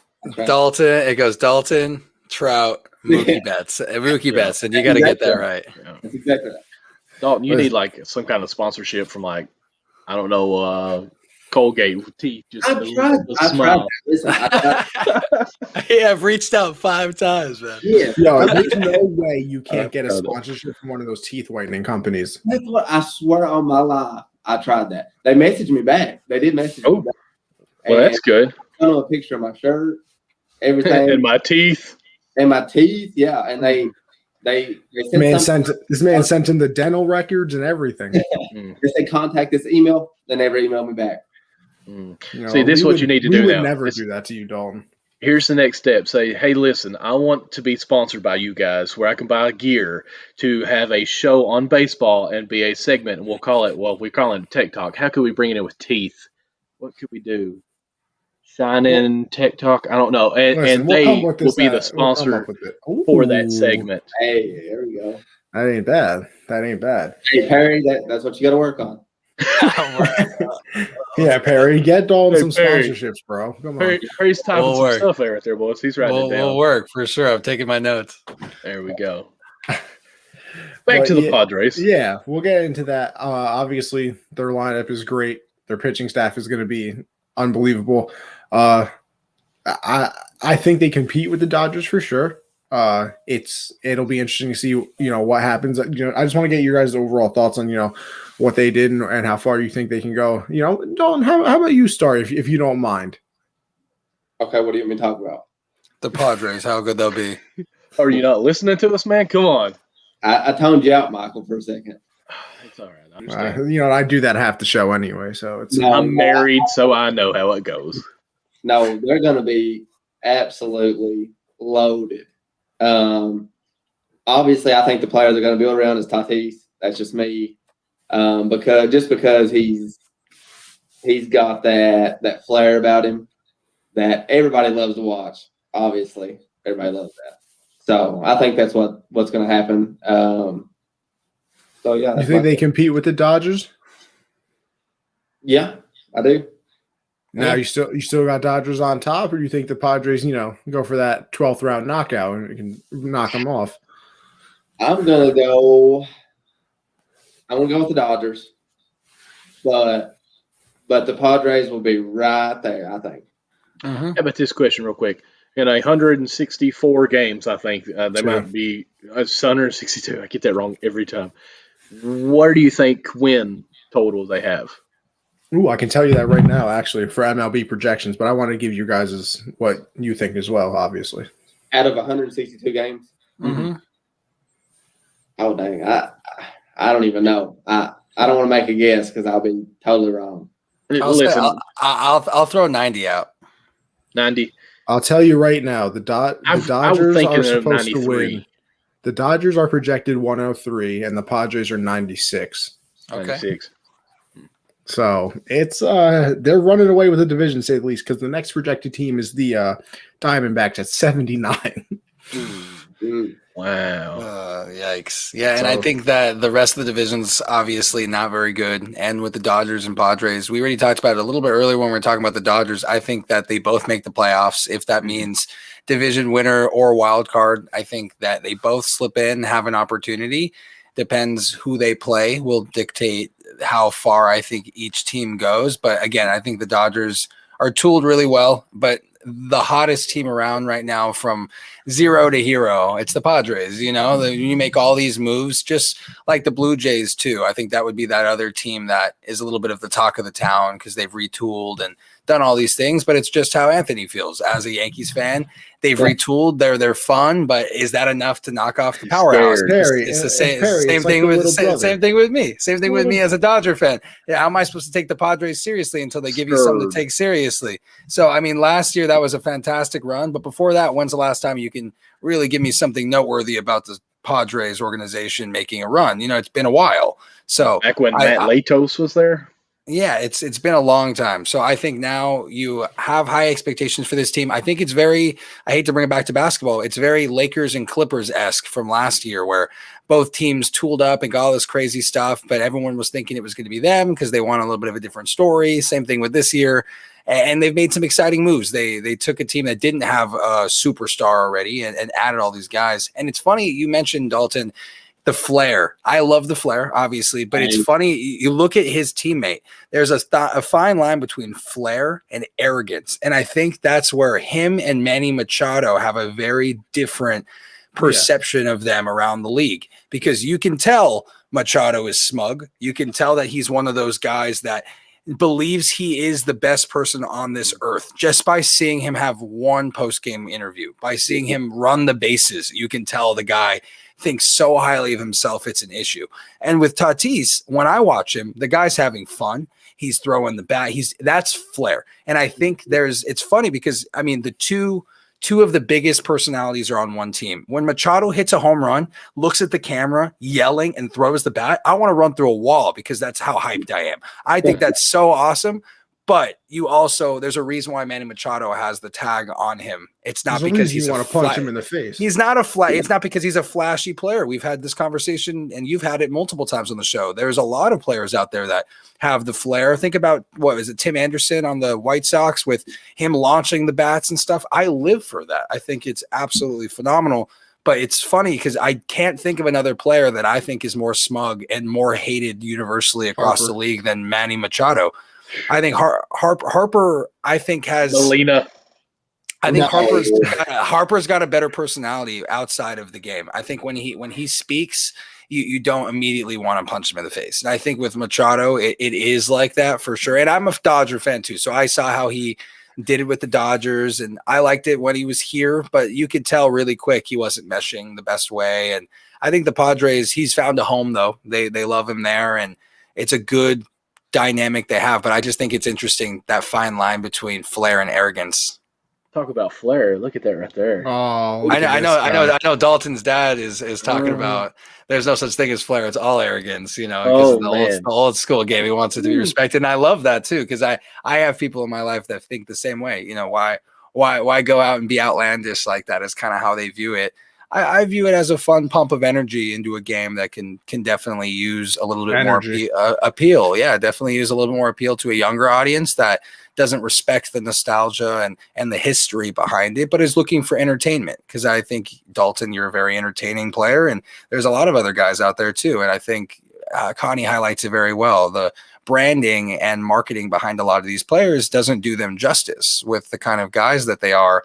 And I think them being able to add that is very important because, it's like the elevator pitch. If you only watch that game, if you're bringing someone in to watch baseball for the first time and they're just watching the game, someone hits a home run and throws his bat, that's going to be the one player that they remember from that game. Yeah. That's going to be the player that they're like, yo, that was awesome, I feel like baseball players have two different personalities, legitimately too, because you watch the regular season and it's the same stuff of, nothing happens, you hit a home run, you run around, and then the second the playoffs come on, I've watched it being a Yankee fan, and I don't know if it's maybe because, in a lot of their playoff games, they have been down. So, I just remember Hicks and Judge hitting home runs and just going crazy. And I'm like, this is amazing. I will run to Yankee Stadium right now to give you a high five. Yeah. But in the regular season, just jog around it's so different. And I don't know if it's the atmosphere. I don't know. But I do like, I believe it was Dalton's dad that said it. I do like when it's act like you've been there, act like you've done it before kind of thing when you guys were having that conversation. So I get that during the regular season on a game that's game 16, you're playing on the road.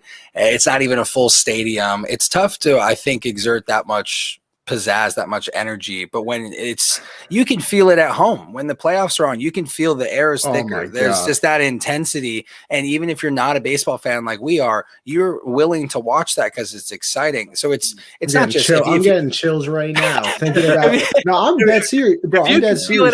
Imagine those players, dude. They're Yankees. Listen, if you don't like New York sports, which a lot of people don't because we're New York and we're annoying, let me tell you something. Yankee Stadium in the playoffs, I'm sure, might be the greatest atmosphere that happens in baseball. Because first of all, you got a bunch of crazy New Yorkers riled up in one place. You got stuff that's one thing I can say. I gotta respect the East Coast so much with especially Yankees and Red Sox fans. I think they go so crazy and so wild. Where with LA, the crowd will go nuts, but you have 50% dedicated baseball fans, and then the other is business 50% celebrity business people that are there for appearances. And it's great because you got that star-studded crowd, and you see Jamie Foxx there, and you see Will Ferrell there, and you see everyone there, and it's awesome. It's just the vibe that we have. But to say that there's the universal passion throughout the stadium in comparison to other places, even as a fan, you can't say that. It's impossible. You don't have, not everyone there is into it like that. Go back and watch the 2017 playoff game against the Indians, the Yankees and Indians, when Greg Bird hit a home run. I think it was in the 8th inning off Andrew Miller, made it 1-0. They ended up winning the game 1-0. I think they were down 2-1 in the playoff series or 2-0, facing elimination. The stadium is it's unbelievable. Like you said, I just wish it was always like that. And don't get me wrong, like you said, Perry, I think some of it is the fans because, like, yeah, it's game 20 of the regular season. I'm not gonna, throw my beer my $25 beer at Yankee Stadium, 30 feet across from me because somebody just hit a home run. But like, there's still energy all the time. Like when I go to games, there's still energy, but it's just. I feel like when you see players get excited, you get excited. Oh, for sure. Like in the playoffs. That's the thing. That's the thing. Like being a Brady fan, like everybody knows, when he runs out the tunnel and screams, let's go, or he starts headbutting people after he scores a touchdown, I'm like, I'm ready. I'm ready, bro. So you get Fernando Tatis, bro. You get Fernando Tatis hitting a grand slam, throwing the bat into the dugout. It's like, okay, you gotta put some respect on pitchers' names too, because I get also very hyped when pitchers get hyped. Absolutely, even though it's not the actual bat, that they're throwing, because that adds so much. Not even just throwing the bat, a proper bat flip, just like letting it go, is also just as beautiful to me. So I think that's great. But when I saw, for example, in the Dodgers World Series one, and Gratterall, our relieving pitcher that came in during a jam, it was like bases loaded, 1 out, and he gets out, strikes out the last 2 of that inning, just back-to-back strikeouts. And he was just fucking yelling, excuse my language, just yelling, jumps over the line, like the white line, pretty much just throwing a fist in the air, hits the ground. It's just Super Saiyan. If you guys are in that kind of world, it was one of the most exciting things I've ever seen. And he didn't even need a bat, didn't have to throw the glove or anything like that. It was just that pure energy. You can feel it from the player, and you can feel it at home, let alone in the crowd. I think it's also, Connie, you'll see more and more of that, I think, with fans eventually being let back into the games with full stadiums. I think players right now are finally realizing how much energy that does add, and how fun that is for them to be entertainers at times, when you're succeeding, and to share that with other people there. So I think people that maybe didn't celebrate quite as much and weren't quite as lively, when people do come back fully, I think you might see a lot more celebrations than before. That's just me. No, I agree, because I think that first game back in any stadium, even Yankee Stadium, like I said, they're allowing 10% capacity. Just hearing the word 10%, I got excited. So I couldn't imagine actually being at the game. So it's going to be, I can't wait. Listen, I know some people, think fans don't add too much. We had this argument in the group chat one day. I think fans add an unbelievable amount to the game. I think it's just more fun when fans are there. Other people disagree with me. I can't wait for fans to be back. I think it's going to be great. Adds another element. I just even think, and it's, again, my ADHD, Braveheart, the movie, his big scene right before the fight scene where he builds up the emotion and just the energy. Oh, God, Michael, what happened? I think we lost Michael for a second. Oh, God. You're back. You're back. You're good. You went mute for a second. Oh, okay. Usually, I know this crazy about mid, like resets itself. I don't know why. I guess for updates and stuff. So if I bail, I'm sorry, guys. But just the fight scene of Braveheart, I tried to get this out fast just in case something goes on. You watch that movie, it builds an emotional moment to it, and then you have this great fight scene. Everything goes great. If you imagine just if a fight scene happened, it's like, okay, big whoop. They're just same as sports, pitch hits, pats, it's big whoop. But when you can see emotion, the raw attitude coming out, you get attached to it, and it makes it so much more better. Absolutely, and I wouldn't be shocked if places still pump some crowd noise in, even with full crowds. Oh, yeah. I think that's going to be a thing that stays, where even with a full crowd, you'll still see added noises, added velocity when it comes to the volume. And I just think that it's going to get even louder in these stadiums. Now, I think a lot of these teams have had to use technology to pump in sound and to get that edge in certain areas. And I think a lot of teams that didn't have to do that before are going to continue to use that throughout. Well, as a Reds fan, I mean, let's just be honest. You're not used to fans. Horrible.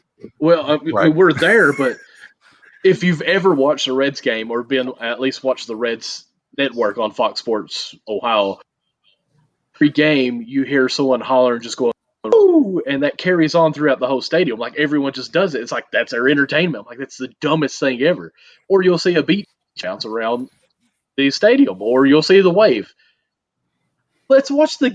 Can we holler for the game? Like, whoo, this guy is batting, but no, we'll just do hollers. So you can just imagine putting in this artificial sound that actually is cheering, that people will probably cheer too. So I mean, it even makes the experience for the fans even better.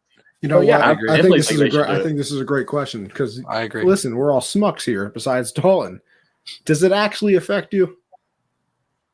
The fans, yeah. Yeah. Oh, Yeah. for sure.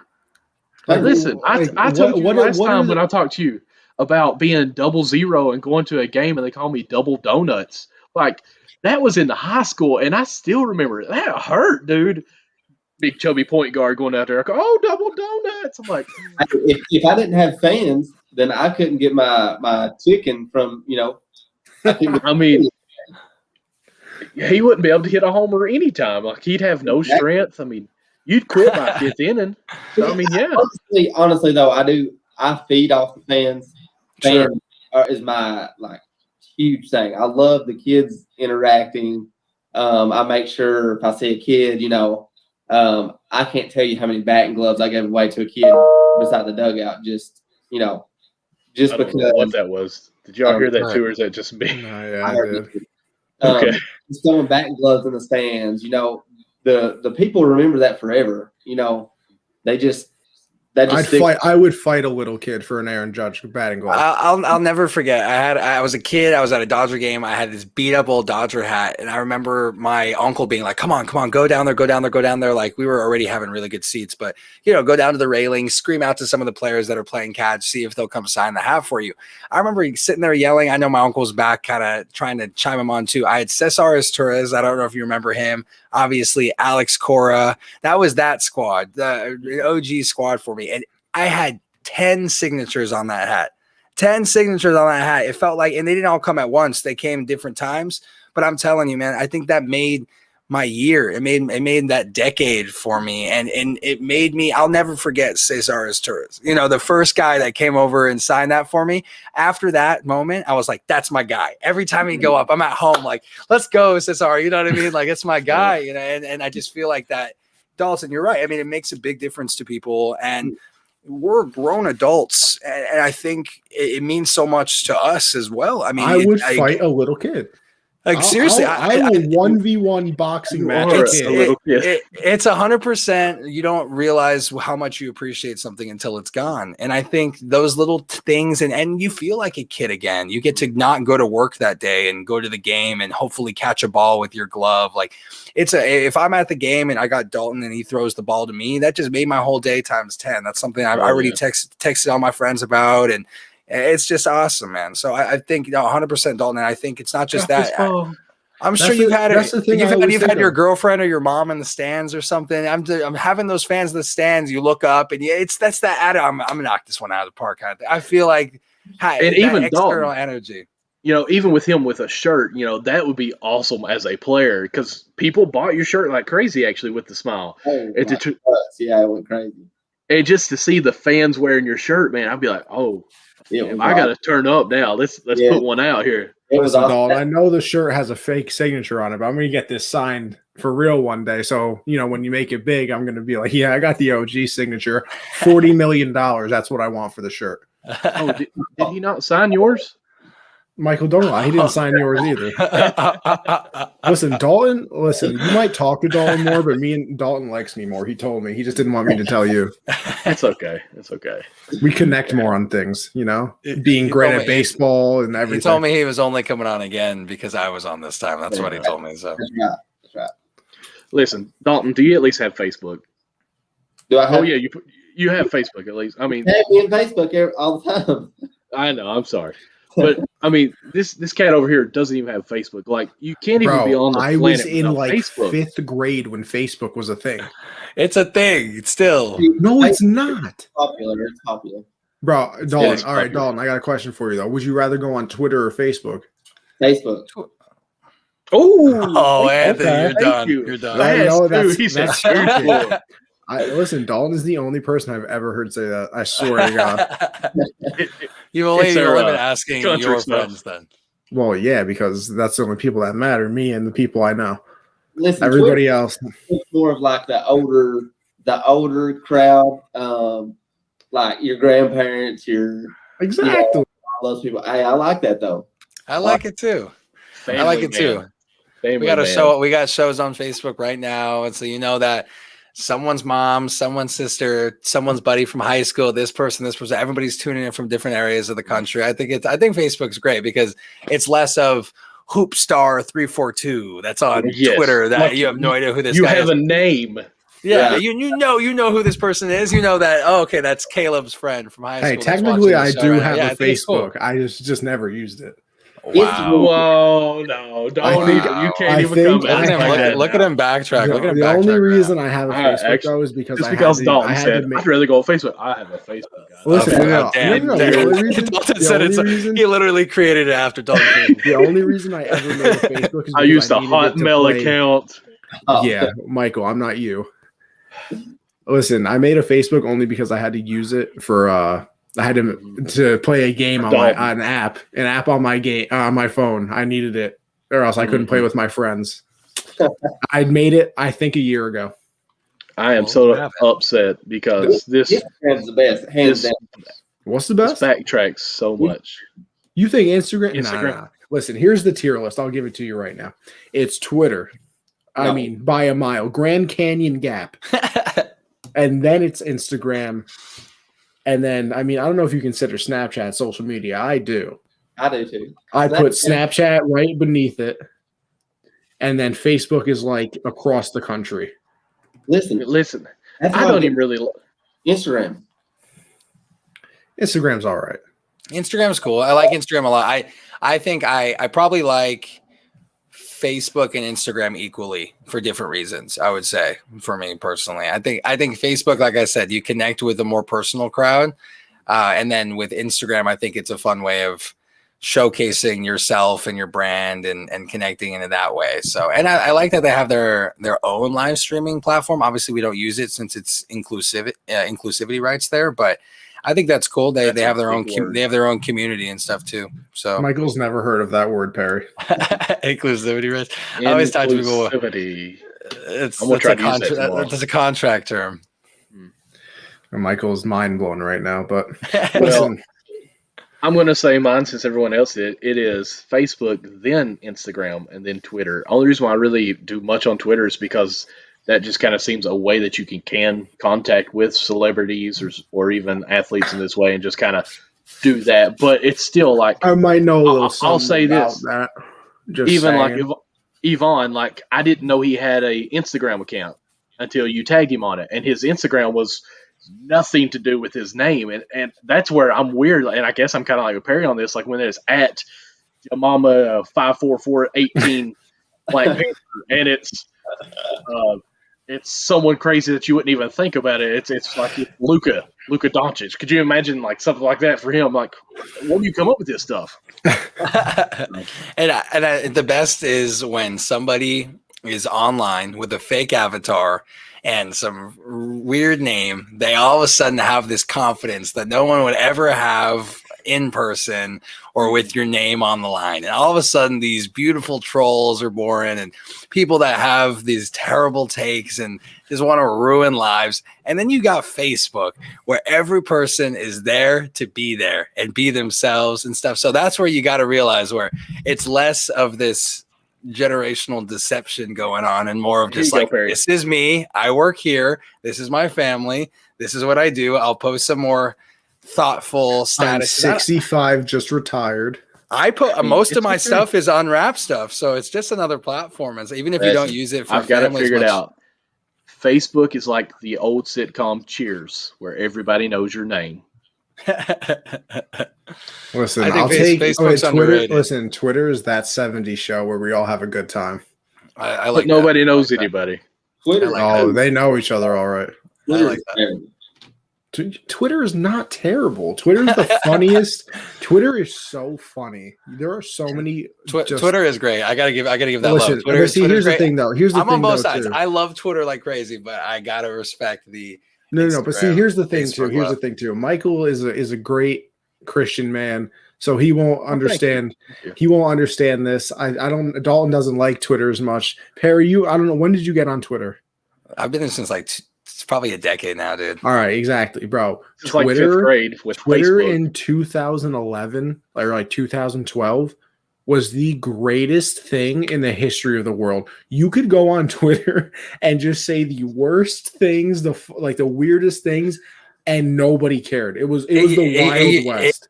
At first, I remember my first tweets were like, "Don't know how to tweet," and then it was like, "Just pooped" and stuff like that. It was just a diary of nonsense that no one cared about. Bro, but you could go on there and roast people or do and it was like it's the keyboard warriors. It was so cutthroat and funny back in the day though. Like the memes were before everybody got soft. I think the memes are still great. I think the memes are great. But the thing is, memes get recycled around all platforms. Listen, the good ones will make it to Instagram and Facebook too. I just want to say you guys can all thank my generation for the memes.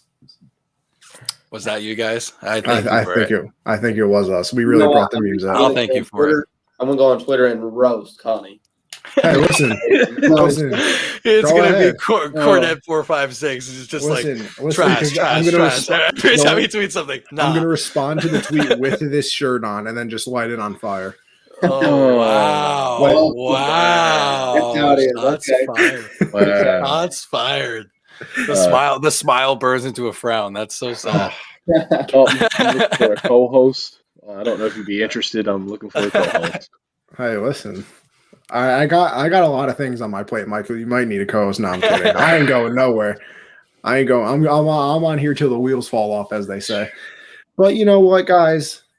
We're at 2 hours. It's been 2 hours. And listen, if you're still with us, well, we appreciate you, first of all. But second of all, you know what? Before we go, because I think we'll end it there. We talked a little Dodgers. We think they'll be great. Padres made some moves. Dalton's out here showing us how to be a professional catcher. You know, Perry got to gloat about Unwrapped. No, I'm kidding. Perry told the great. I love it. Exactly. You know what, Perry? If I was you, I would tell everybody I did the same thing too, because you made a wonderful thing. Okay, I'll pat you. I appreciate that, bro. And like I said, I'm literally only as good as my team. So it's shout out to you guys. Your baseball department's very good. Then let me just say we are a good department for sure. And this season's about to take things to a whole other level. Oh boy, I can't wait! I'm so excited. But I'm also very excited because when baseball comes back, I can bet again. And I'm going to go over to mybookie.ag and use code USN100 to double my first deposit up to $1,000. So if you're into the betting world, like many of us are here in the Unwrapped family, make sure you go on over there and do that, as Perry is showing you. Actually, now that you say that, I had a little bit of a basketball parlay I might have to check on after the show. I don't remember. So I'm going to have to go check that out. Then, of course, as I always say, you're going to be a professional bettor. So make sure you go on over to RxHemp, RxHemp-USN. Saves you 10% on your entire order. They see CBD creams. Dalton, when he's a long day of catching, getting beaten up, rub some on, and you'll feel brand new in the morning. And then next, of course, you're going to have leftover money because you're so good at betting. You go over to you go over to Teespring/store/Unwrapped, and you check out the store, because Perry works very hard on the store. Me and Michael worked hard on our Backstop Banter design, which I will get to you. We will get you some, Dalton. Don't think I forgot, like I said earlier. Hey, subtweet. Listen, we're gonna get. That's right. It's fine. We'll get it to you. I promise. That's on me. A little busy out here now. So we promised me a shirt. Yeah, this dude I do everything for said I could get a shirt and then never even gave it to me. But we got Backstop Banter. We got ladies first. We got the hard count. We got everything on there. So make sure you go check out the store. What a beautiful mask that is. I would definitely buy that, to say the least. And you know what? You could buy it at a cheaper rate, because you could go to subscribe to our Patreon as well. $1, you're just supporting the team, showing us that you love the people of Unwrapped, which we love you too. Then for $5, you get 10% off that beautiful store. That beautiful store that Perry just showed you. You get entered into an Amazon gift card giveaway. And you get access to our 10%. Yes, $10. Oh, 10%. 10%. Or 10. Oh, 10%. And then Perry, how much is the Amazon gift card? $10. It's going to be a little $10 one, and that way at least double your money that month with an Amazon card, or like you said, just supporting. Listen, go buy yourself something nice with $10. It can make it go a long way out here, people. You know what? And then $10, you get everything I said before, except the discount goes to 20% now. Ooh. And you get entered into a nice little Keenan Allen signed jersey. Keenan Allen signed jersey giveaway. So Make sure you go check that out, because let me tell you something. I'm going to win. I'm going to rig the system. Confirmed. So, No, no, watch listen, you I'm win. kidding, bro. I'm kidding. If I win, I didn't rig any system. I have no power over anything. Don't It's worry. going to be all Corey and I deciding with the randomizer. So we'll make sure everyone gets a fair shot. But $10, Keenan Allen signed jersey, $10 Amazon card, the Discord chat with us. We're giving away gambling picks every day. We're telling you fantasy advice. So we're making you money with the conversation as it is. But again, you get a jersey giveaway for that $10 tier next month. It may not be a jersey. It's always going to be a signed piece of memorabilia. I'm looking at a Jalen Reagor helmet, a mini helmet. I'm also looking at some other jerseys too. So we'll see what the next item is going to be for next month. But every single month for that $10 tier, you'll know that you have a chance to win a signed jersey on top of supporting us and getting all the other perks as well. You know, I would like to that's some sign beautiful stuff. DC3 I knew it back. was coming. That would be nice to win. I will say that bat, probably top 5 beautiful things I've ever seen. It was gorgeous. That blue and black is really nice. I noticed the glove was even blue. That was pretty sweet too. Hey, you wait till my website comes out in about a couple weeks. Just wait. I mean, Dalton's got big things coming. Okay. I expect. Listen, Dalton. I expect everything. You better to be get free. them. You better get them an affiliate code so they can drive people there for you. Oof. yeah. Go. The typing code Backstop for 10% off. Oh, look at me already There doing you the go. promo. There we go. Hell yeah! But that's the sponsors as always. We'll hand it over to Dalton first for being our lovely guest. Anything you want to say before we head on out of here? Anything to plug? Anything you got going on? Again, thank you guys for having me for the 20th time. I'm a Oh, part of the show now, I guess. you Hell you yeah. are. Tell you what, you make exactly what we make. Yeah. Happiness. Happiness. I bring this out. If you guys buy Backstop Banter gear, they'll make a little bit off that. Don't you worry. Yeah. Connie, subtweet. Listen. I'm getting you a shirt and a mask. Don't worry. Oh, okay. Ooh. Don't you worry. I'll get it for you, man. I'll take care of you. Perry, what you got? Just thankful to be here, of course. Chatting with Dalton and chatting with you guys. Always a fun time. Super happy to be able to make Backstop work on this type of Thursday. It's first time on the show. So I'm super, super excited. I believe I've made guest appearances at time and pops-ins, but it's the first time I was able to sit here for the whole 2 hours and show with you guys. So I've been really happy. Of course, Unwrap Sports, Twitter and Instagram. I'm boring. I'm not Skull Blaster 342 on anywhere. I'm Perry Aston absolutely everywhere. So find my first and last name, Twitter, Instagram, Facebook. You can find me there, and Unwrap Sports is everywhere along with me as well. We're streaming everywhere too. So make sure to check out the boys on YouTube. Check them out on Twitch. Periscope is going away in March. So if you guys are used to watching your stuff on there, I recommend you transition with us and start getting familiar with some other platforms as well. So YouTube is going to be a big one for us. Make sure you're subscribing to us on there, the Unwrap Sports Network channel, and you'll find all the videos that happen live every week dumped into there. And we're even going to start doing different clips and different things along those lines moving forward. So yeah, lots of stuff coming from Unwrap Sports. Follow me at Perry Aston. I'm just blessed to be here with you boys. You're doing an absolutely amazing job. So, and shout out Dalton. You're awesome, man. Thank you so much for giving us time and bringing on people and stuff. I know the boys are always having fun, but I can tell you from the bottom of my heart, it really, truly means a lot. So I appreciate it. Of course. Even the clip. Oh, the clip. Even You're right. even the clip clip number man. one. Clip number one. Exactly. Yes, in the books. So. We got to get Connie playing it next time with his stellar Wi-Fi, though. Oh yeah, don't you worry. I got it. You send it to me, Dalton, not Mr. Hotmail over here.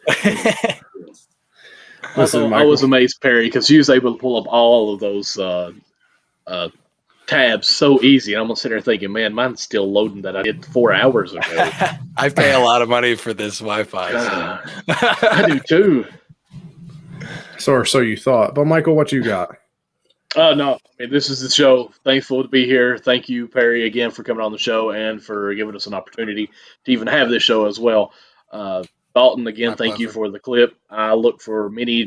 I'm going to say you're going to be on every show we have, at least with a clip of some sort for this. So excited for the future on that. And obviously, when you do get a website of some kind of gear, we will promote the crap out of it as much as we can for you.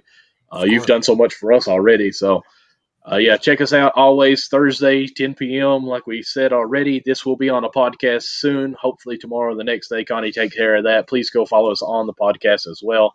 Like, subscribe, rate us, say is the Pinky if you know that show. And thank you so much for everything you do, guys. Oh, yes, sir. As for me, I'm a busy man, to say the least. Now, like Michael said, Thursdays, 10 Eastern, Backstop Banter, everything baseball. Dalton, always a pleasure. Perry, what a guy for coming on. So I know you're busy as always, too. Shout out the gang for being here. Mondays, actually, no, I'll leave Monday for last because I got that little announcement there. Tuesdays now, actually. Me and CJ have taken over the hard count. Shout out Alex and Christian for passing the torch to us, as they say. Definitely thankful to them for doing that for us. Trying to do big things in the football world, so we're going to keep that one rolling. Off season's always busy. We got the draft coming up, so we'll keep that going.